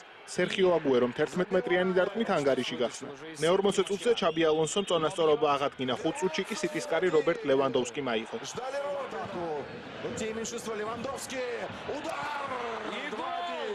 95 წუთზე აგუერომ ნოიერის კარში მეორე გოლი გაიტანა. დამატებით დროში არგენტინელმა ჰეტ-ტრიკი შეასრულა, საკუთარ გუნდს უმნიშვნელოვანესი გამარჯვება მოაპოვებინა და შემდეგ ეტაპზე გასვლის შანსი შეუნარჩუნა. Ну вы посмотрите, третий гол забивает Агуэро, правда. F ჯგუფის ლიდერმა PSG-მ მორიგი გამარჯვება იზეიმა. ფრანგებმა აიაქსი ანგარიშით 3-1 დაამარცხეს. პირველი გოლი ედისონ კავანი 33 წუთზე გაიტანა. 77 წუთზე დევი კლასენმა ანგარიში გაათანაბრა. მატჩის დასრულებამდე 11 წუთით ადრე ზლატან იბრაჰიმოვიჩმა ფრანგული კლუბი წინ კიდევ ერთხელ გაიყვანა. საბოლოო წერტილი კი 93 წუთზე ედისონ კავანიმ დასვა. Напомню, что помимо F ჯგუფის მეორე შეხვედრაში ბარსელონამ სტუმრად აპოლოთან გამარჯვება მარტივად მოიპოვა. მატჩის პირველი გოლის ავტორი ლუის სუარესი გახდა. პირველი ტაიმის მიწურულს და მეორე ტაიმის დასაწყისში ლეო მესიმ დუბლის შესრულება მოახერხა. 70-ე წუთზე საჯმა რაფინია უხეშობის გამო გააძევა. კვიპროსელებს რიცხობრივი უპირატესობა მხოლოდ 14 წუთის განმავლობაში ჰქონდათ. შემდეგ კი წითელი ბარათი ჟოაო გილერმე ამორიმაც მიიღო. 97 წუთზე მესიმ აპოელის კარი კიდევ ერთხელ აიღო და ტაბლოზე საბოლოო ანგარიში დააფიქსირა. G ჯგუფში შალკემ ჩელსის ვერანაირი წინააღმდეგობა ვერ გაუწია, რაც ანგარიშშიც აისახა 0-5. პირველი გოლი მატჩის მეორე წუთზე ჯონ ტერიმ გაიტანა. 29 წუთზე შალკეს კარი ვილიანმა აიღო. ტაიმის დასრულებამდე 1 წუთით ადრე იან კირჩოფმა ბურთი საკუთარ კარში ჩაჭრა. მეორე ტაიმში გოლების გატანა დიდიე დროგბამ და რამირესმა მოახერხეს. მატჩი მოსკოვის CSKA-სა და რომას შორის ფრედ 1-1 დასრულდა. პორტომ გასვლის შეხვედრაში ბატეს ანგარიშით 3-0 წლია. შახტარმა საშინაო შეხვედრა ბილბაოს ატლეტიკთან მინიმალური სხვაობით 0-1 დათმო.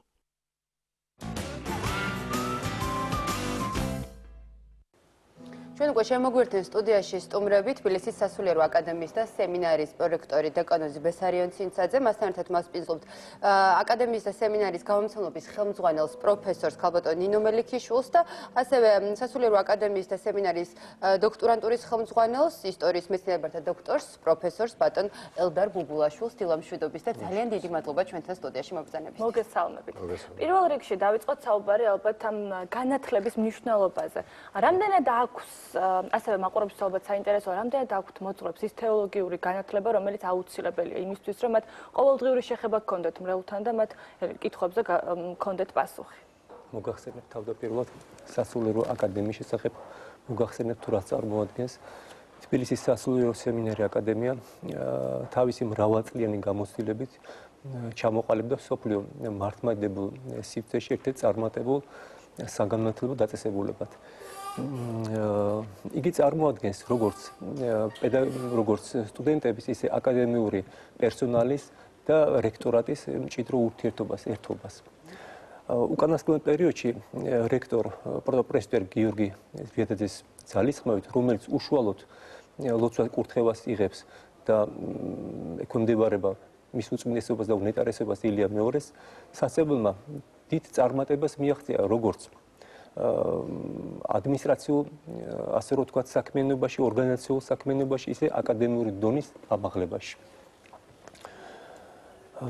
სასწავლებელი შეიქმნა ხარისხის მართვის უზრუნველყოფის სამსახური, სასწავლებელი გადავიდა სწავლების ახალ სისტემაზე, სასწავლებელმა მოიპოვა ამის შემდგომ უკვე ავტორიზაცია ორი საფეხური პირველად, ეს არის ბაკალავრიატი, სასულიერო სემინარია, ქრისტიანული ხელოვნებაცოდნეობა, ქრისტიანული ფსიქოლოგია, ხაწერა, დაზგური, მონუმენტური რესტავრაციის და ასევე არქიტექტურის, იგივე ხუროთმოძღვრების ფაკულტეტმა. მეორე საფეხური არის, ეს არის მოგახსენებთ, პირველი საფეხური არის 4 წლიანი, მეორე საფეხური არის მაგისტრატურა, აკადემია 3 წლიანი სწავლებით და ამის შემდგომ უკვე მოყვა ასე რომ ვთქვათ, დოქტორანტურის შექმნა. მანამდე ამას ყველაფერს უსწრებდა სადისერტაციო საბჭოს დაარსება, რომელიც უშუალოდ პატრიარქის საერთაშორისო ავტორიტეტის მეშვეობით მოხდა მისი დაფუძნება და რომლის ხელმძღვანელიც უშუალოდ პატრიარქი იყო. ამის შესახებ ბატონი ელდარი მოგახსენებს, რომელიც უშუალოდ დოქტორანტურის მიმართულების ხელმძღვანელი არის.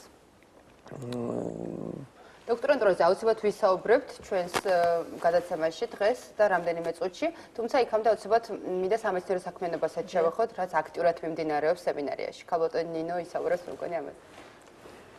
სანამ გადავიდოდე უშუალოდ ამ საქმიანობის გაშუქებაზე, ნება მომეცით, რომ წაგიკითხოთ პატარა ამონარიდი სრულიად საქართველოს კათოლიკოს პატრიარქის უწმიდეს და უნეტარეს ილია მეორის სიტყვიდან, რომელიც მან წარმოთქვა სასულიერო აკადემიის დაარსებისას 1988 წლის 1 ოქტომბერს. ეს ამონარიდი მინდა წაგიკითხოთ იმის გამო, რომ მთელი ჩვენი მომავალი საქმიანობა დაკავშირებული იყო სწორედ იმასთან, რა მიმართულებაც მისცა უწმიდესმა და უნეტარესმა სასულიერო აკადემიასა და სემინარიას, თუ შეიძლება. თბილისის სასულიერო აკადემია უნდა იქცეს დამაკავშირებელ ხიდად თანამედროვე მეცნიერებასა და ღვთისმეტყველებას შორის. როგორც მოგეხსენებათ, ამ საუკუნეში ბევრი ცდილობდა რწმენა და მეცნიერება გაეთიშა და დაეპირისპირებინა ერთმანეთისათვის. განა შეიძლება მეცნიერება და რწმენა დაუპირისპირდეს ერთმანეთს. ისინი ხომ ადამიანის შემოქმედებითი აზროვნების სრულად განსხვავებულ სფეროებს მოიცავენ. ერთი ფიზიკურს, მეორე სულიერს. ისინი კი არ ეწინააღმდეგებიან, არამედ ავსებენ ერთმანეთს. მეცნიერება ღვთისაგან ნაკურთხია. იგი ადამიანის როგორც ღვთის ხატების მიღწევაა. ოღონდ ყოველნაირად უნდა ვეცადოთ, რომ მეცნიერულ-ტექნიკური რევოლუციის ამ მეტად რთულ დროს სწორი მიმართულება და გამოყენება მიცეთ ადამიანის გონების ნაყოფს. უნდა ვეცადოთ, რომ მეცნიერულმა წისვლამ ხელი არ შეუშალოს პიროვნების სულიერ განვითარებას. აკადემიაში უნდა მიმდინარეობდეს არა მარტო მომავალი განათლებული სასულიერო პირების მომზადება, არამედ ეს სასწავლებელი უნდა იქცეს კვლევის ცენტრად, რომელთანაც დაკავშირებული იქნებიან როგორც ჩვენი სასულიერო პირები, ისე მეცნიერები. კავშირი გვექნება როგორც ჩვენს უმაღლეს სასწავლებლებთან, ისე მართლმადიდებლურ და საერთოდ ქრისტიანულ უმაღლეს ცენტრებთან. ბატონო, ღვთისმეტყველება, ესე იგი სულის მეცნიერება, მადლობა ამონარიდისთვის, მაგრამ იქნება გავამოხილოთ ყურადღება, რა პრიორიტეტებზე აკეთებთ აქცენტს, რა კვლევები მიმდინარეობს და რა ნაშრომები მზადდება ამჯერად. სწორედ ამ მიმართულებით მოგახსენებთ, დღეს სასულიერო აკადემიაში 12 კათედრა არსებობს. და ამ 12 კათედრაზე ინტენსიური სამეცნიერო კვლევითი მუშაობა მიმდინარეობს. არა მხოლოდ სასწავლო დაწესებულება არის თბილისის სასულიერო აკადემია, არამედ ეს არის ფაქტურად კვლევითი ცენტრიც.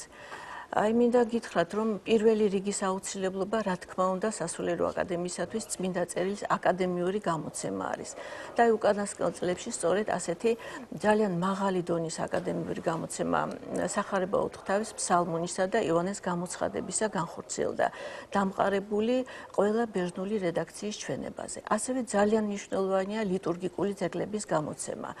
და ეს ძეგლები გამოიცემა იმ კუთხით, რომ აქ გათვალისწინებული იყოს როგორც აკადემიური მოთხოვნილებანი, ასევე ის, რომ ღვთისმსახურების სფეროში შეიძლებოდეს მათი გამოყენება. თითოეულ კათედრაზე მიმდინარეობს თავისი პროფილის გათვალისწინებით ძალიან ინტენსიური კვლევა. აი ავიღოთ თუნდაც საეკლესიო ისტორიისა და კანონიკური სამართლის კათედრა. არ შეიძლება რომ ეს საკითხები არ იყოს სრულად დამუშავებული და მართლმადიდებელმა ეკლესიამ გააგრძელოს სწორი ფუნქციონირება და განვითარება. ასევე მოგახსენებთ, რომ საქართველოს ისტორიის კათედრაზე მუშავდება ის საკითხები, რომლებიც შეისწავლის ქართული მართლმადიდებელი ეკლესიის ისტორიას და საერო და სასულიერო ხელისუფლების ურთიერთობას. და აი სასულიერო პირის მიერ დანახული ეს საკითხები შეიძლება უფრო ღრმა იყოს და ისეთი კუთხით იყოს ეს ყველაფერი მოწოდებული, რასაც საერო პირი ვერ მოახერხებს. ასევე უცხოენების კათედრაზე ჩვენთან შეისწავლება ძველი ბერძნული ენა, ძველი ლათინური ენა და ამდენად კვლევა მიმართული არის ქართულ-ბიზანტიური ლიტერატურული ურთიერთობის გაშუქებისაკენ. და ძალიან მნიშვნელოვანი ნაშრომები არის შექმნილი, რომლებიც გამოტანილი არის საერთაშორისო კონფერენციებზე. სწორედ ამ ნაშრომების პრინციპში ავტორები არიან გახდნენ დოქტორის ხარისხის მფლობელები ხშირ შემთხვევაში, ბატონო ელდარ და იქნებ გითხრათ, როგორ ჩამოყალიბდა უკვე მესამე საფეხური, როგორ შეიქმნა და ვის შეუძლია ზოგადად რომ გახდეს მისი სტუდენტი? დიახ. რაც შეეხება თბილისის სასულიერო აკადემიაში დოქტორანტურისა და შესაბამისად სადისერტაციო საბჭოს ჩამოყალიბება პატრიარქის საერთაშორისო ავტორიტეტმა განაპირობა. 2013 წლის იანვარში პატრიარქის დაბადებიდან მე-80 და აღსაყდრების 34 წლისთავთან დაკავშირებით თბილისში სტუმრად იმყოფებოდა მსოფლიოს მართლმადიდებელი ეკლესიის მღვდელმთავრები, რომლებიც აგრეთვე იყვნენ თეოლოგიის დოქტორის ხარისხის მატარებლები.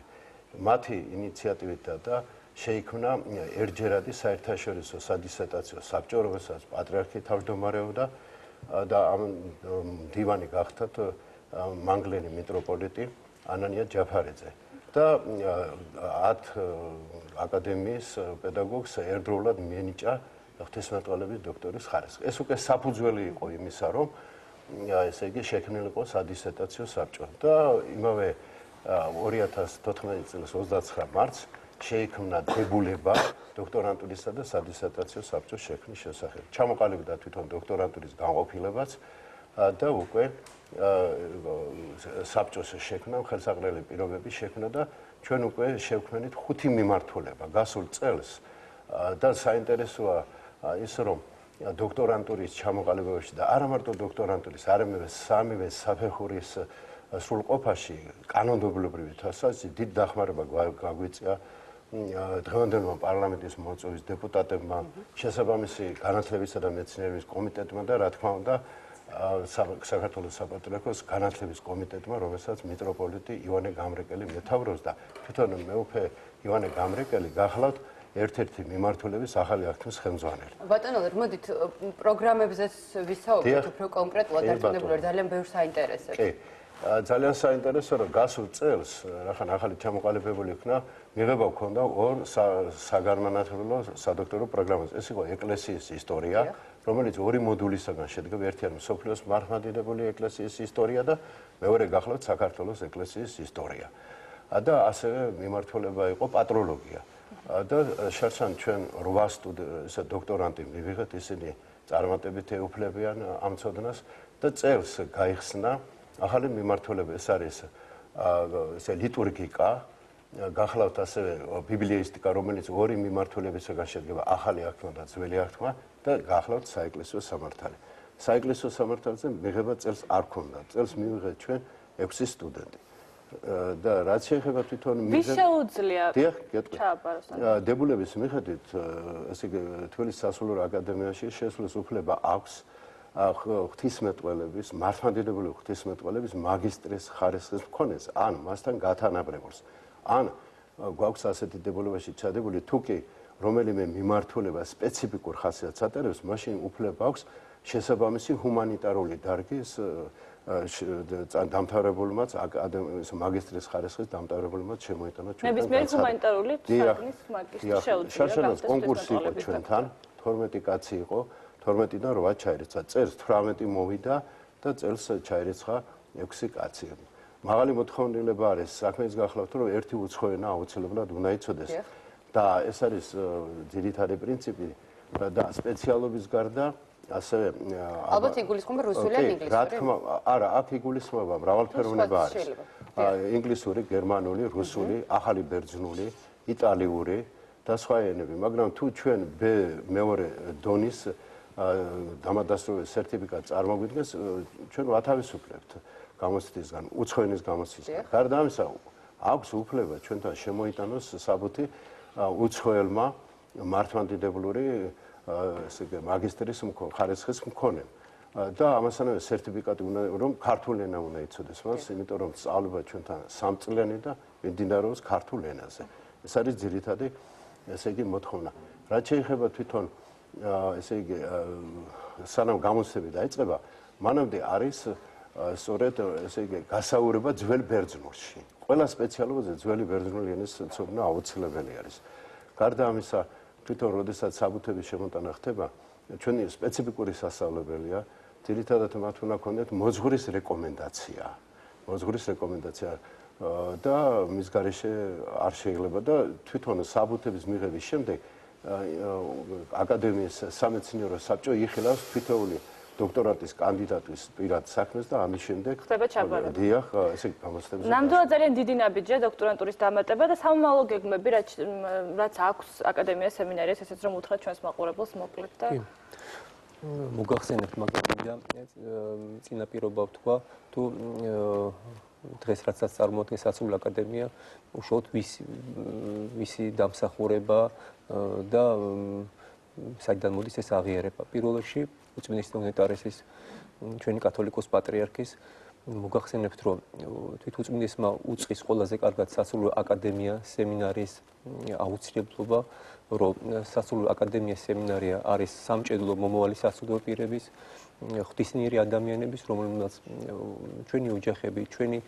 სამშობლო, ჩვენი დედა ეკლესიას გვერდში უნდა დაუდგენ. და აი ამის გამო მოხდა 1998 წელს ცხეთის სასულიერო აკადემიის გადმოტანა თბილისში და დაარსება აკადემიის. მოგახსენებთ, რომ წლების განმავლობაში უამრავი რექტორი გამოიცვალა სასწავლებელმა, ყველა დიდი კვალი დაატყო, დიდი მზრუნველი კვალი დაატყო სასულიერო აკადემიას სემინარიის განვითარებას და მოგახსენებთ, თვით პატრიარქი იყო წლების განმავლობაში აკადემიის რექტორი.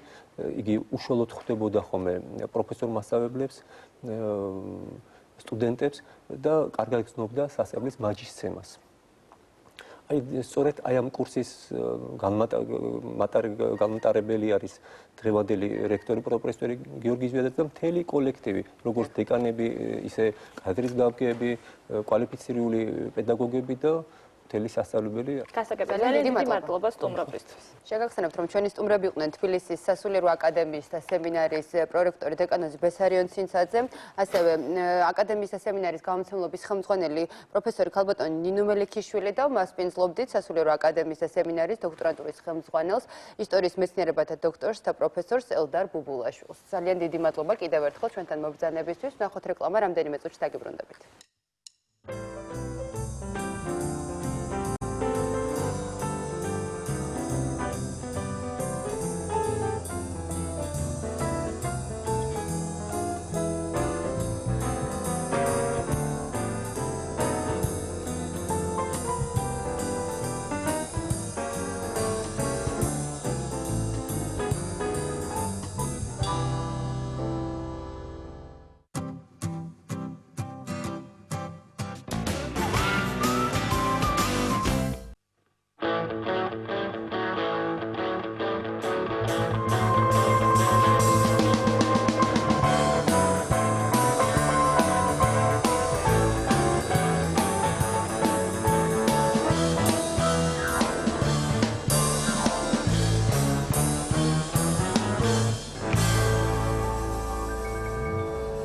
მშვიდობისა კიდევ ერთხელ დავბრუნდით პირდაპირ ეთერში და ვსაუბრობთ ძალიან ექსტრემალურ სპორტზე. ჩემი საყვარელი ფრაზა, სადაც მთავრდება ასფალტი და გზა, იწყება ოფროუდი.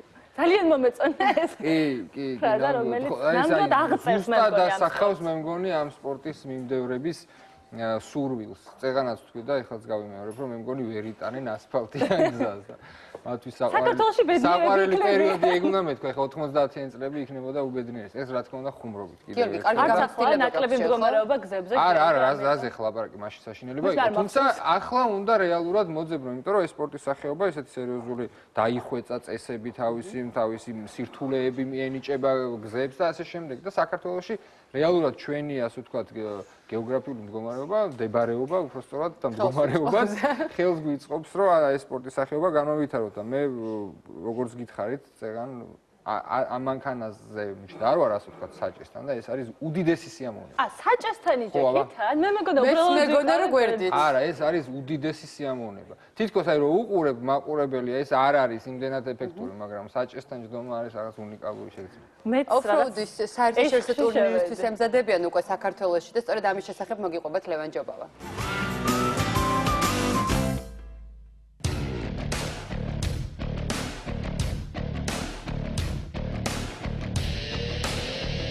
ოფროუდის ფედერაციის წარმომადგენლები და სპორტსმენები საერთაშორისო ტურნირისთვის ტრასებს არჩევენ. სწორედ ამ მიზნით მოეწყო გასვლა ორბეთში და ექსტრემალებს ამით მას გაუმართლა. მაია გოშაძე ერთადერთი მოქმედი ოფროუდერი ქალია საქართველოში და მისი თქმით სპორტის ეს სახეობა საუკეთესო საშუალებაა ადამიანებთან და ბუნებასთან ურთიერთობისთვის. ოფროუდი არის ცხოვრება, ანუ აი ცხოვრების სტილი, შეუძლებელია ოფროუდზე ყოფი ადამიანი იყოს ინერტული, რაღაცა ისეთი ზარმაცი, ნელი, მშვიდი, ეს გამორიცხულია. ძირითადში არიან აქტიური ადამიანები. აქტიური ადამიანები აქტიურად ემზადებიან ნოემბრის ბოლოს დაგეგმილი შეჯიბრისთვის, სადაც ერთმანეთს 40-მდე ეკიპაჟი 3 კატეგორიაში დაუპირისპირდება. საიუბილეო მე-20 შეჯიბრი ორიენტირებაში საქართველოში გაიმართება და ადგილობრივებთან ერთად მონაწილეობას აზერბაიჯანის, სომხეთის, თურქეთისა და ირანის წარმომადგენლებიც მიიღებენ. საერთაშორისო ტურნირის ჩატარების შემდეგ ფედერაციას უფრო მასშტაბური გეგმები აქვს. 2014 წლიდან ჩვენ გადავკეთდით ფედერაციას და უკვე წარმოვადგენთ ფედერაციას. გვაქვს ურთიერთობა ევროპის სხვადასხვა ევროპის ქვეყნების სხვადასხვა ფედერაციებთან. ძალიან დიდი სურვილი გვაქვს, რომ საქართველოში ჩატარდეს ევროპის ჩემპიონატი და ზუსტად გვაქვს შეხვედრები წელს, რომ მომავალ 2017 წლის ევროპის ჩემპიონატი ჩატარდეს საქართველოში. პილოტისა და შტურმანის გუნდური მუშაობა და გამართული მანქანა წარმატების 100%-იან გარანტიას მაინც არ იძლევა. ჩატარდება ერთ-ერთი ორიენტირების შეჯიბრი, სადაც მე და ჩემი შტურმანი მობილიზებულები ვართ და ველოდებით მანქანის წყობაში ყოფნას, რომ გამოვიდეთ და ვიმონაწილეოთ. ერთ-ერთი მნიშვნელოვანი ივენთი იქნება. ექსტრემალებმა ტერიტორია აითვისეს და ტრასის გარკვეული მონაკვეთი განსაზღვრეს. ტროფირეიდი თბილისის მიდამოებში 29-30 ნოემბერს გაიმართება და რეგიონში ყველაზე წარმატებული ფედერაციის წარმომადგენლები ეცდებიან სტუმრებს გამარჯვება არ დაუთმოთ.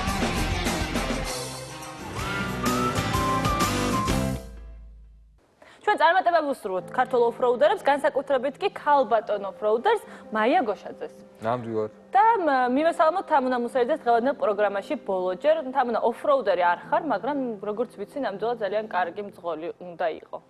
ხო, მაქებენ და არ ვიცი, თუმცა არასდროს მქონია სურვილი, რომ ოფროუდზე მიყო მონაწილეობა და არც საშუალება და მსგავს ექსტრემალურ რაღაცებს ცოტა ვერიდები ხოლმე, იმიტომ რომ ჩემი თავი მიყვარს ალბათ ზედმეტად და იმიტომ. ერთმანეთი უყვარ ძალიან დავით აკუბარდიას და მის მეუღლესაც, პატარა დავით აკუბარდიაზე მაქვს საუბარი, რომელიც რამდენიმე დღის წინ დაოჯახდა, ის და მისი რჩეული რამდენიმე წლის განმავლობაში ხდებოდნენ ერთმანეთზე, საბოლოოდ მათი ურთიერთობა ესე პომპეზურად დააკანონეს და მთელი შემოქმედებითი ჯგუფი ულოცავთ ჩვენს კოლეგას შვილის დაოჯახებას. ამბოლ დროს შოუ-ბიზნესში დადებითი ძვრებია, ასე ვთქვათ, დაოჯახების მხრივ, იმიტომ რომ რამდენიმე დღის წინ ვისაუბრე მარიკო ებრალიძის დაოჯახებაზე და კიდევ ერთი მომღერალი გაბედნიერდა. მარიამ პავლიაშვილზე მაქვს საუბარი, თქვენ მას კარგად იცნობთ პროექტიდან ჯეოსტარი, აგრეთვე ახალი ხმა, დღეს არის იგი სოლისტი თბილისის ბიგ ბენდისა, სწორედ მარიკო ებრალიძესთან ერთად მღერის.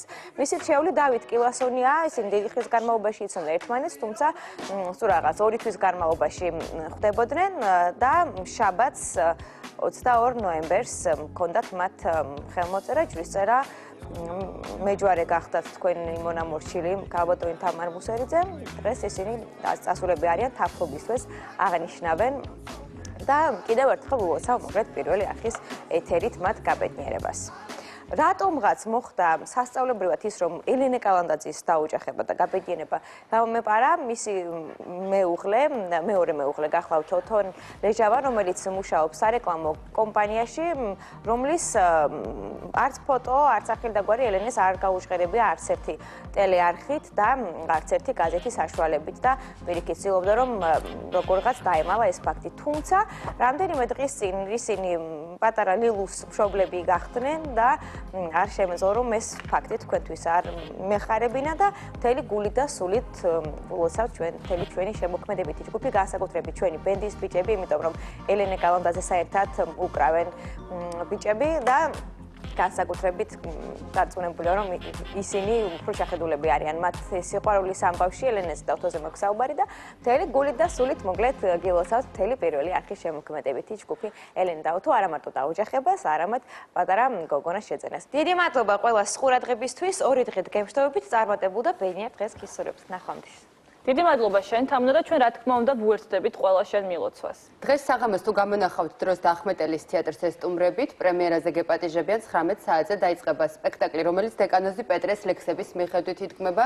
ლექსების კრებულს ეწოდება მოძღვარის აღსარება, ხოლო უშუალო დადგმაზე ირაკლი გოგია მუშაობდა. რა გელოდება დღეს ახმეტელის თეატრში, მოკლედ მოგიყვებათ თაკო ასათიანი.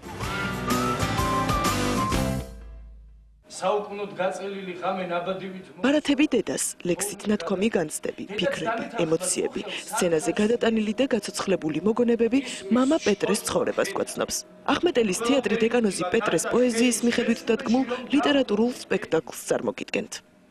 ახალგაზრდა თაობაში პოპულარული მამა პეტრე ალბათ ზუსტად იმ პრობლემაზე წერს, იმ ფასეულობებს წერს, რაც მათ აგლიათ. დავყავთ 4 ნაწილად ეს ჩვენი სპექტაკლი, ეს არის ადამიანის დამოკიდებულება ზოგადად დედასთან, იმიტომ რომ იმაჯნია რომ ეს ფასეულობას დავაკნინეთ, დავყავთ ადამიანის დამოკიდებულება თავის სიყვარულთან, ადამიანი იმ ასაკში შედის, რომ კონკრეტული სიყვარულის ობიექტი ჩნდება, ეს ფასეულობას დაკნინებულია, დავყავით ადამიანის დამოკიდებულება სამშობლოსთან, რადგან სამშობლოს სიყვარულის დაკნინებულია და დავყავით სამშობლოს ადამიანის დამოკიდებულება რელიგიასთან. ერთ პატარა წარმოდგენად ქცეული მამა პეტრეს ცხოვრება. სცენაზე ლექსებად დაღვრილი მისი შინაგანი სამყარო და პერსონაჟები, რომლებთანაც თითოეული გმირი საკუთარ თავს რეალურ ცხოვრებაში აახლოებს. დავუჩვენოთ, ვეღარ მომისროლია, შემეწიე, დამიმძიმდა, ბადე. აზარეთში უმიზეზო თუთი. ჯერ ადრეა ზაქეს მამლის ხმობა. მეუშენო ჩემთვის განსაკუთრებული სპექტაკლი არის, იმიტომ რომ პირველად მიწევს მე ესეთ სპექტაკლში. თამაში და ყველა თავის ხასიათის ლექსს კითხულობს აქ, ყველა თავის ხასიათი მოაქვს. და ყველაში არის გაცოცხლებული მამა პეტრე თავის ხასიათებში. შენთვის ლოცვა მათბობს და მაცოცხლებს. თავს მოფრთხილდები, დედა. მინდა რომ შენთვის მუდმივი მეოხი ვიყო უფლის წინაშე. დედა ყველაზე მოკავშირე სული და ყველაზე ემოციური ნაწილის მთავარი გმირი. დედაშვილის წერილებით გაცვლილი სითბო და სიყვარული მეტად გასაგებს ხდის მოძღვრის განვლილ გზას. ისინი ერთმანეთს ბარათებს წერდნენ, როცა მამა პეტრე ქალაქში წავიდა სასწავლებლად. და ისეთი ზოგად საკაცობრიო მნიშვნელობის ჟღერადობა აქვს ამას ყველაფერს. ეს არ არის კონკრეტულად, აი რაღაცა დაუშვათ კითხვა, რომ აი რა ხდება და მეზობელი როგორ არის და რაღაც. ეს სხვა ადონია და იმდენი სიმართლე, იმდენი სიყვარული მოდის და იფრქვევა დარბაზში, რომ შეუძლებელია მაყურებელმა ეს არ მიიღოს და არ განიცადოს. ერთ მოქმედებაში ჩატეული მოძღვრის აღსარება ახმეტელის თეატრის სცენაზე მაყურებელს დღეს საღამოს ელოდება.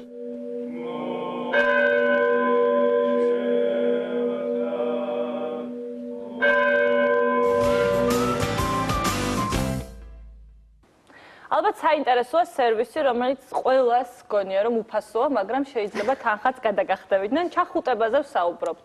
ეს არის ჩვეულებრივი თერაპია, როგორც ვთქვათ, არც თერაპიაში იხდი თანხას, შეგიძლია ჩახუტების თერაპიაშიც გადაიხადო. გარკვეული საფასური. ეს სრული კურსი ჩაიტარო იმისთვის, რომ სულ ენერგიაზე იყო და რასთავად განწყობა. რა თქმა უნდა, შედიხარ მენიუში არჩევ და პროფესიონალი მერე გეხუტება. ეგ არ ვიცი, მაგრამ დაახლოებით იგივე ძალიან ძველი პროფესია არსებობს. არ არის იგივე. აი, სხვაგან მიყავს საუბარი. ზუსტად ამაშია სხვაობა, რომ ამ შემთხვევაში მხოლოდ ჩახუტებაზეა საუბარი. და ნახოთ, მოკლედ, იაპონიაში და ამერიკაში ჩახუტების სპეციალისტები აღმოჩნდნენ, ნახოთ სალომე გელაშვილის სიუჟეტი.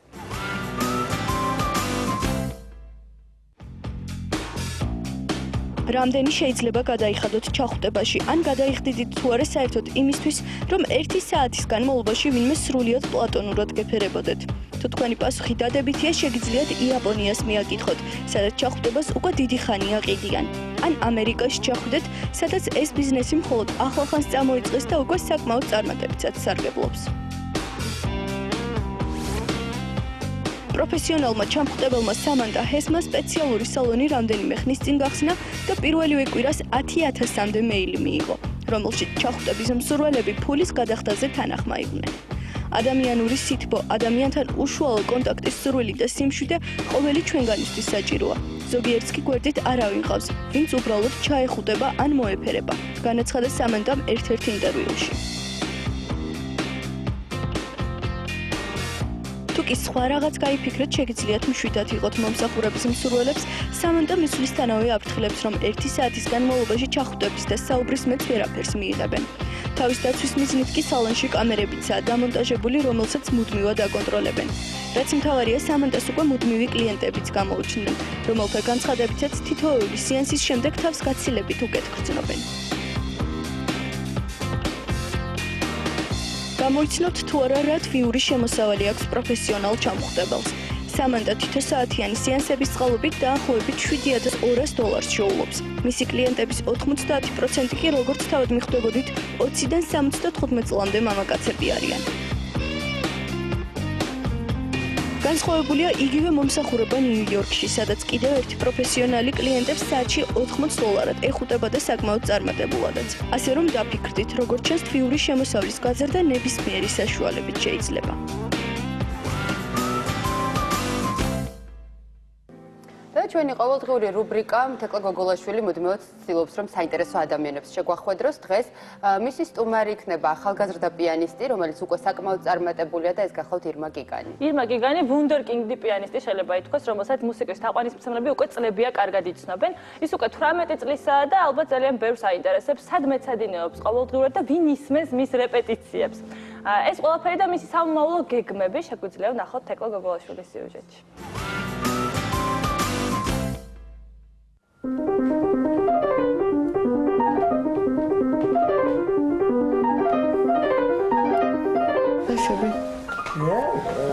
ხო, ეს რაღაც არა ტრადიციული შეხვედრა იყო ხოლმე, იმიტომ რომ როგორც წესი ესე დავიჭერ და მე ყოცინი ძალიან ბევრჯერ.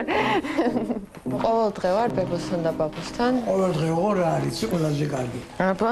რომ მოვა ხო წავა სახში და მირეკავს ბაბუ მომენატრე. თავი არის რა ის რომ შემოვალ, ისე არ ჩავიარო, რომ ბაბუსთან არ შევიდე, იმიტომ რომ მე სერიოზული ეჭვიანობა არის ხოლმე და ბაბუს ხედან მისმენ როგორ მეცადინეობ. მიუხედავად იმისა, რომ მეცადინეობა მაინდა-მაინც სასიამოვნო მოსასმენი არ არის, იმიტომ რომ მე რაღაცა ნელა მუშაობ და რაღაც სავარჯიშოებს ვაკეთებ და ასე შემდეგ.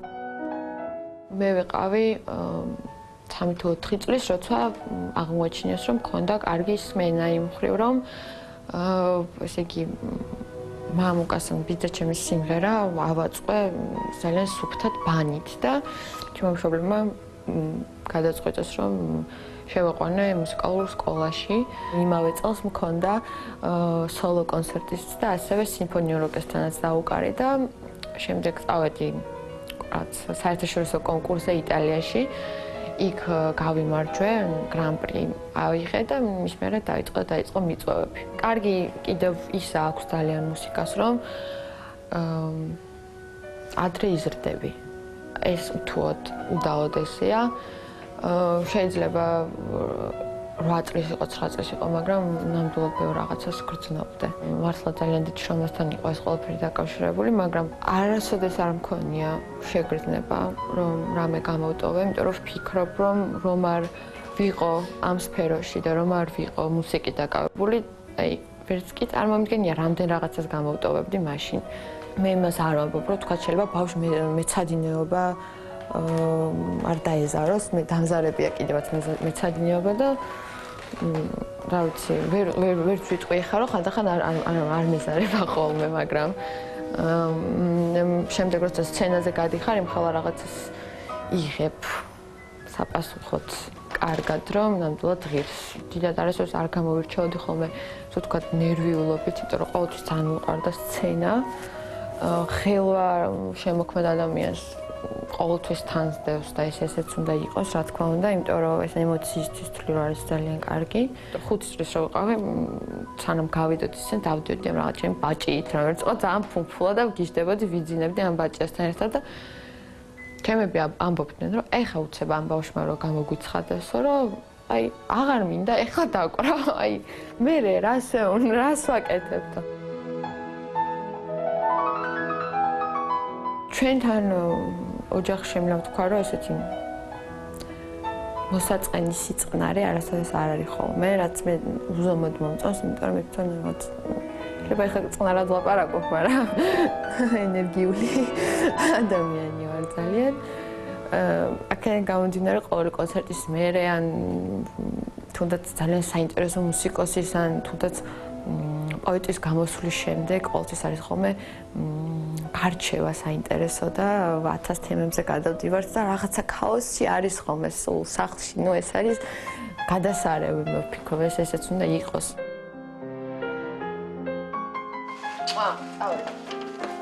არჩევანი როცა მქონდა საჩამებარებინა, არ გადავწყვიტე ნამდვილად, იმიტომ რომ ბევრი მიზეზი მქონდა ამისი.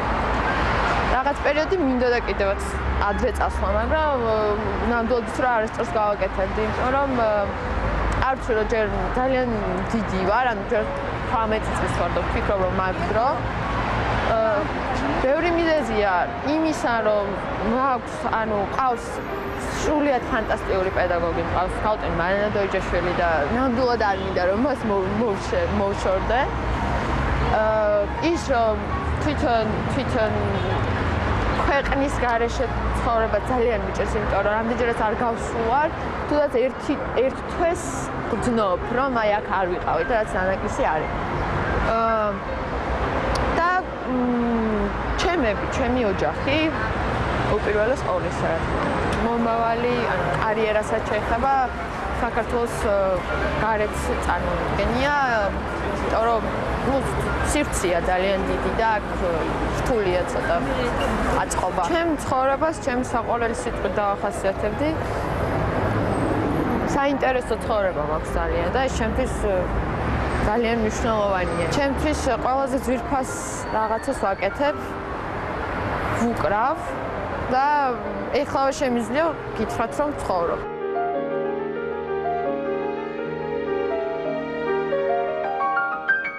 რაც გამიკეთებია ძალიან დიდი სიყვარულით და ჩემთვის ამაზე მთავარი მართლა არაფერი არ არის. რაც გამიკეთებია ძალიან დიდი სურვილით, რომელიც იყო ჩემი სურვილი. და ეს მართლა უდიდესი რაღაცა და ჩემი მშობლების და ჩემი ოჯახის ძალიან დიდი მადლობელი ვარ. ამ ხრივ რომ ასეთი გასაქანი მომცეს, ასე ვთქვათ, და ამის საშუალება მომცეს. ძალიან ბევრი რაღაცა მინდა რომ გავაკეთო. ძალიან. მე ვთვლი რომ სიცოცხლის ბოლო წუთამდე ადამიანმა უნდა აიხდინოს თავისი ოცნებები და თავისი დიდი სურვილი სჯეროდეს. ეხლა ვიტყოდი რომ ალბათ 18 წლის ირმა გიგანის ცხოვრების საუნდტრეკი იქნებოდა შოპენის მეორე კონცერტი.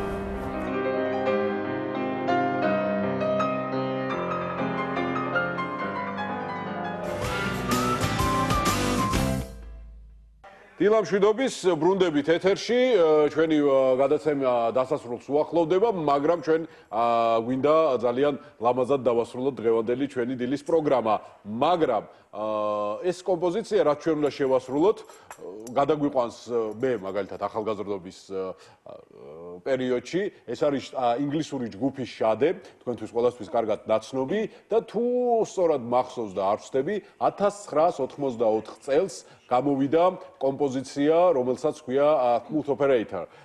დაიპყრო აბსოლუტურად მთელი ქვეყანა, მსოფლიო, შეიძლება ასე ითქვას და მხოლოდ 1 წლის შემდეგ ჩააღწია ამ კომპოზიციამ უკვე ამერიკის შეერთებულ შტატებში, სადაც ყველა ხით აღლუმში დაიკავა პირველი ადგილი. გავიხსენოთ ეს დრო, ეს პერიოდი, ცოტა სხვა ინტერპრეტაციით რასაკვირველია ჯგუფ ლაბორატორიასთან და არაჩვეულებრივ მომღერალ თიკა მახალდიათან ერთად. კიდევ ერთხელ უღრმესი მადლობა, რომ ხართ დღეს ჩვენი სტუმარი, ჩვენ გემშვიდობებით, ხვალამდე, ბედნიერი დილა.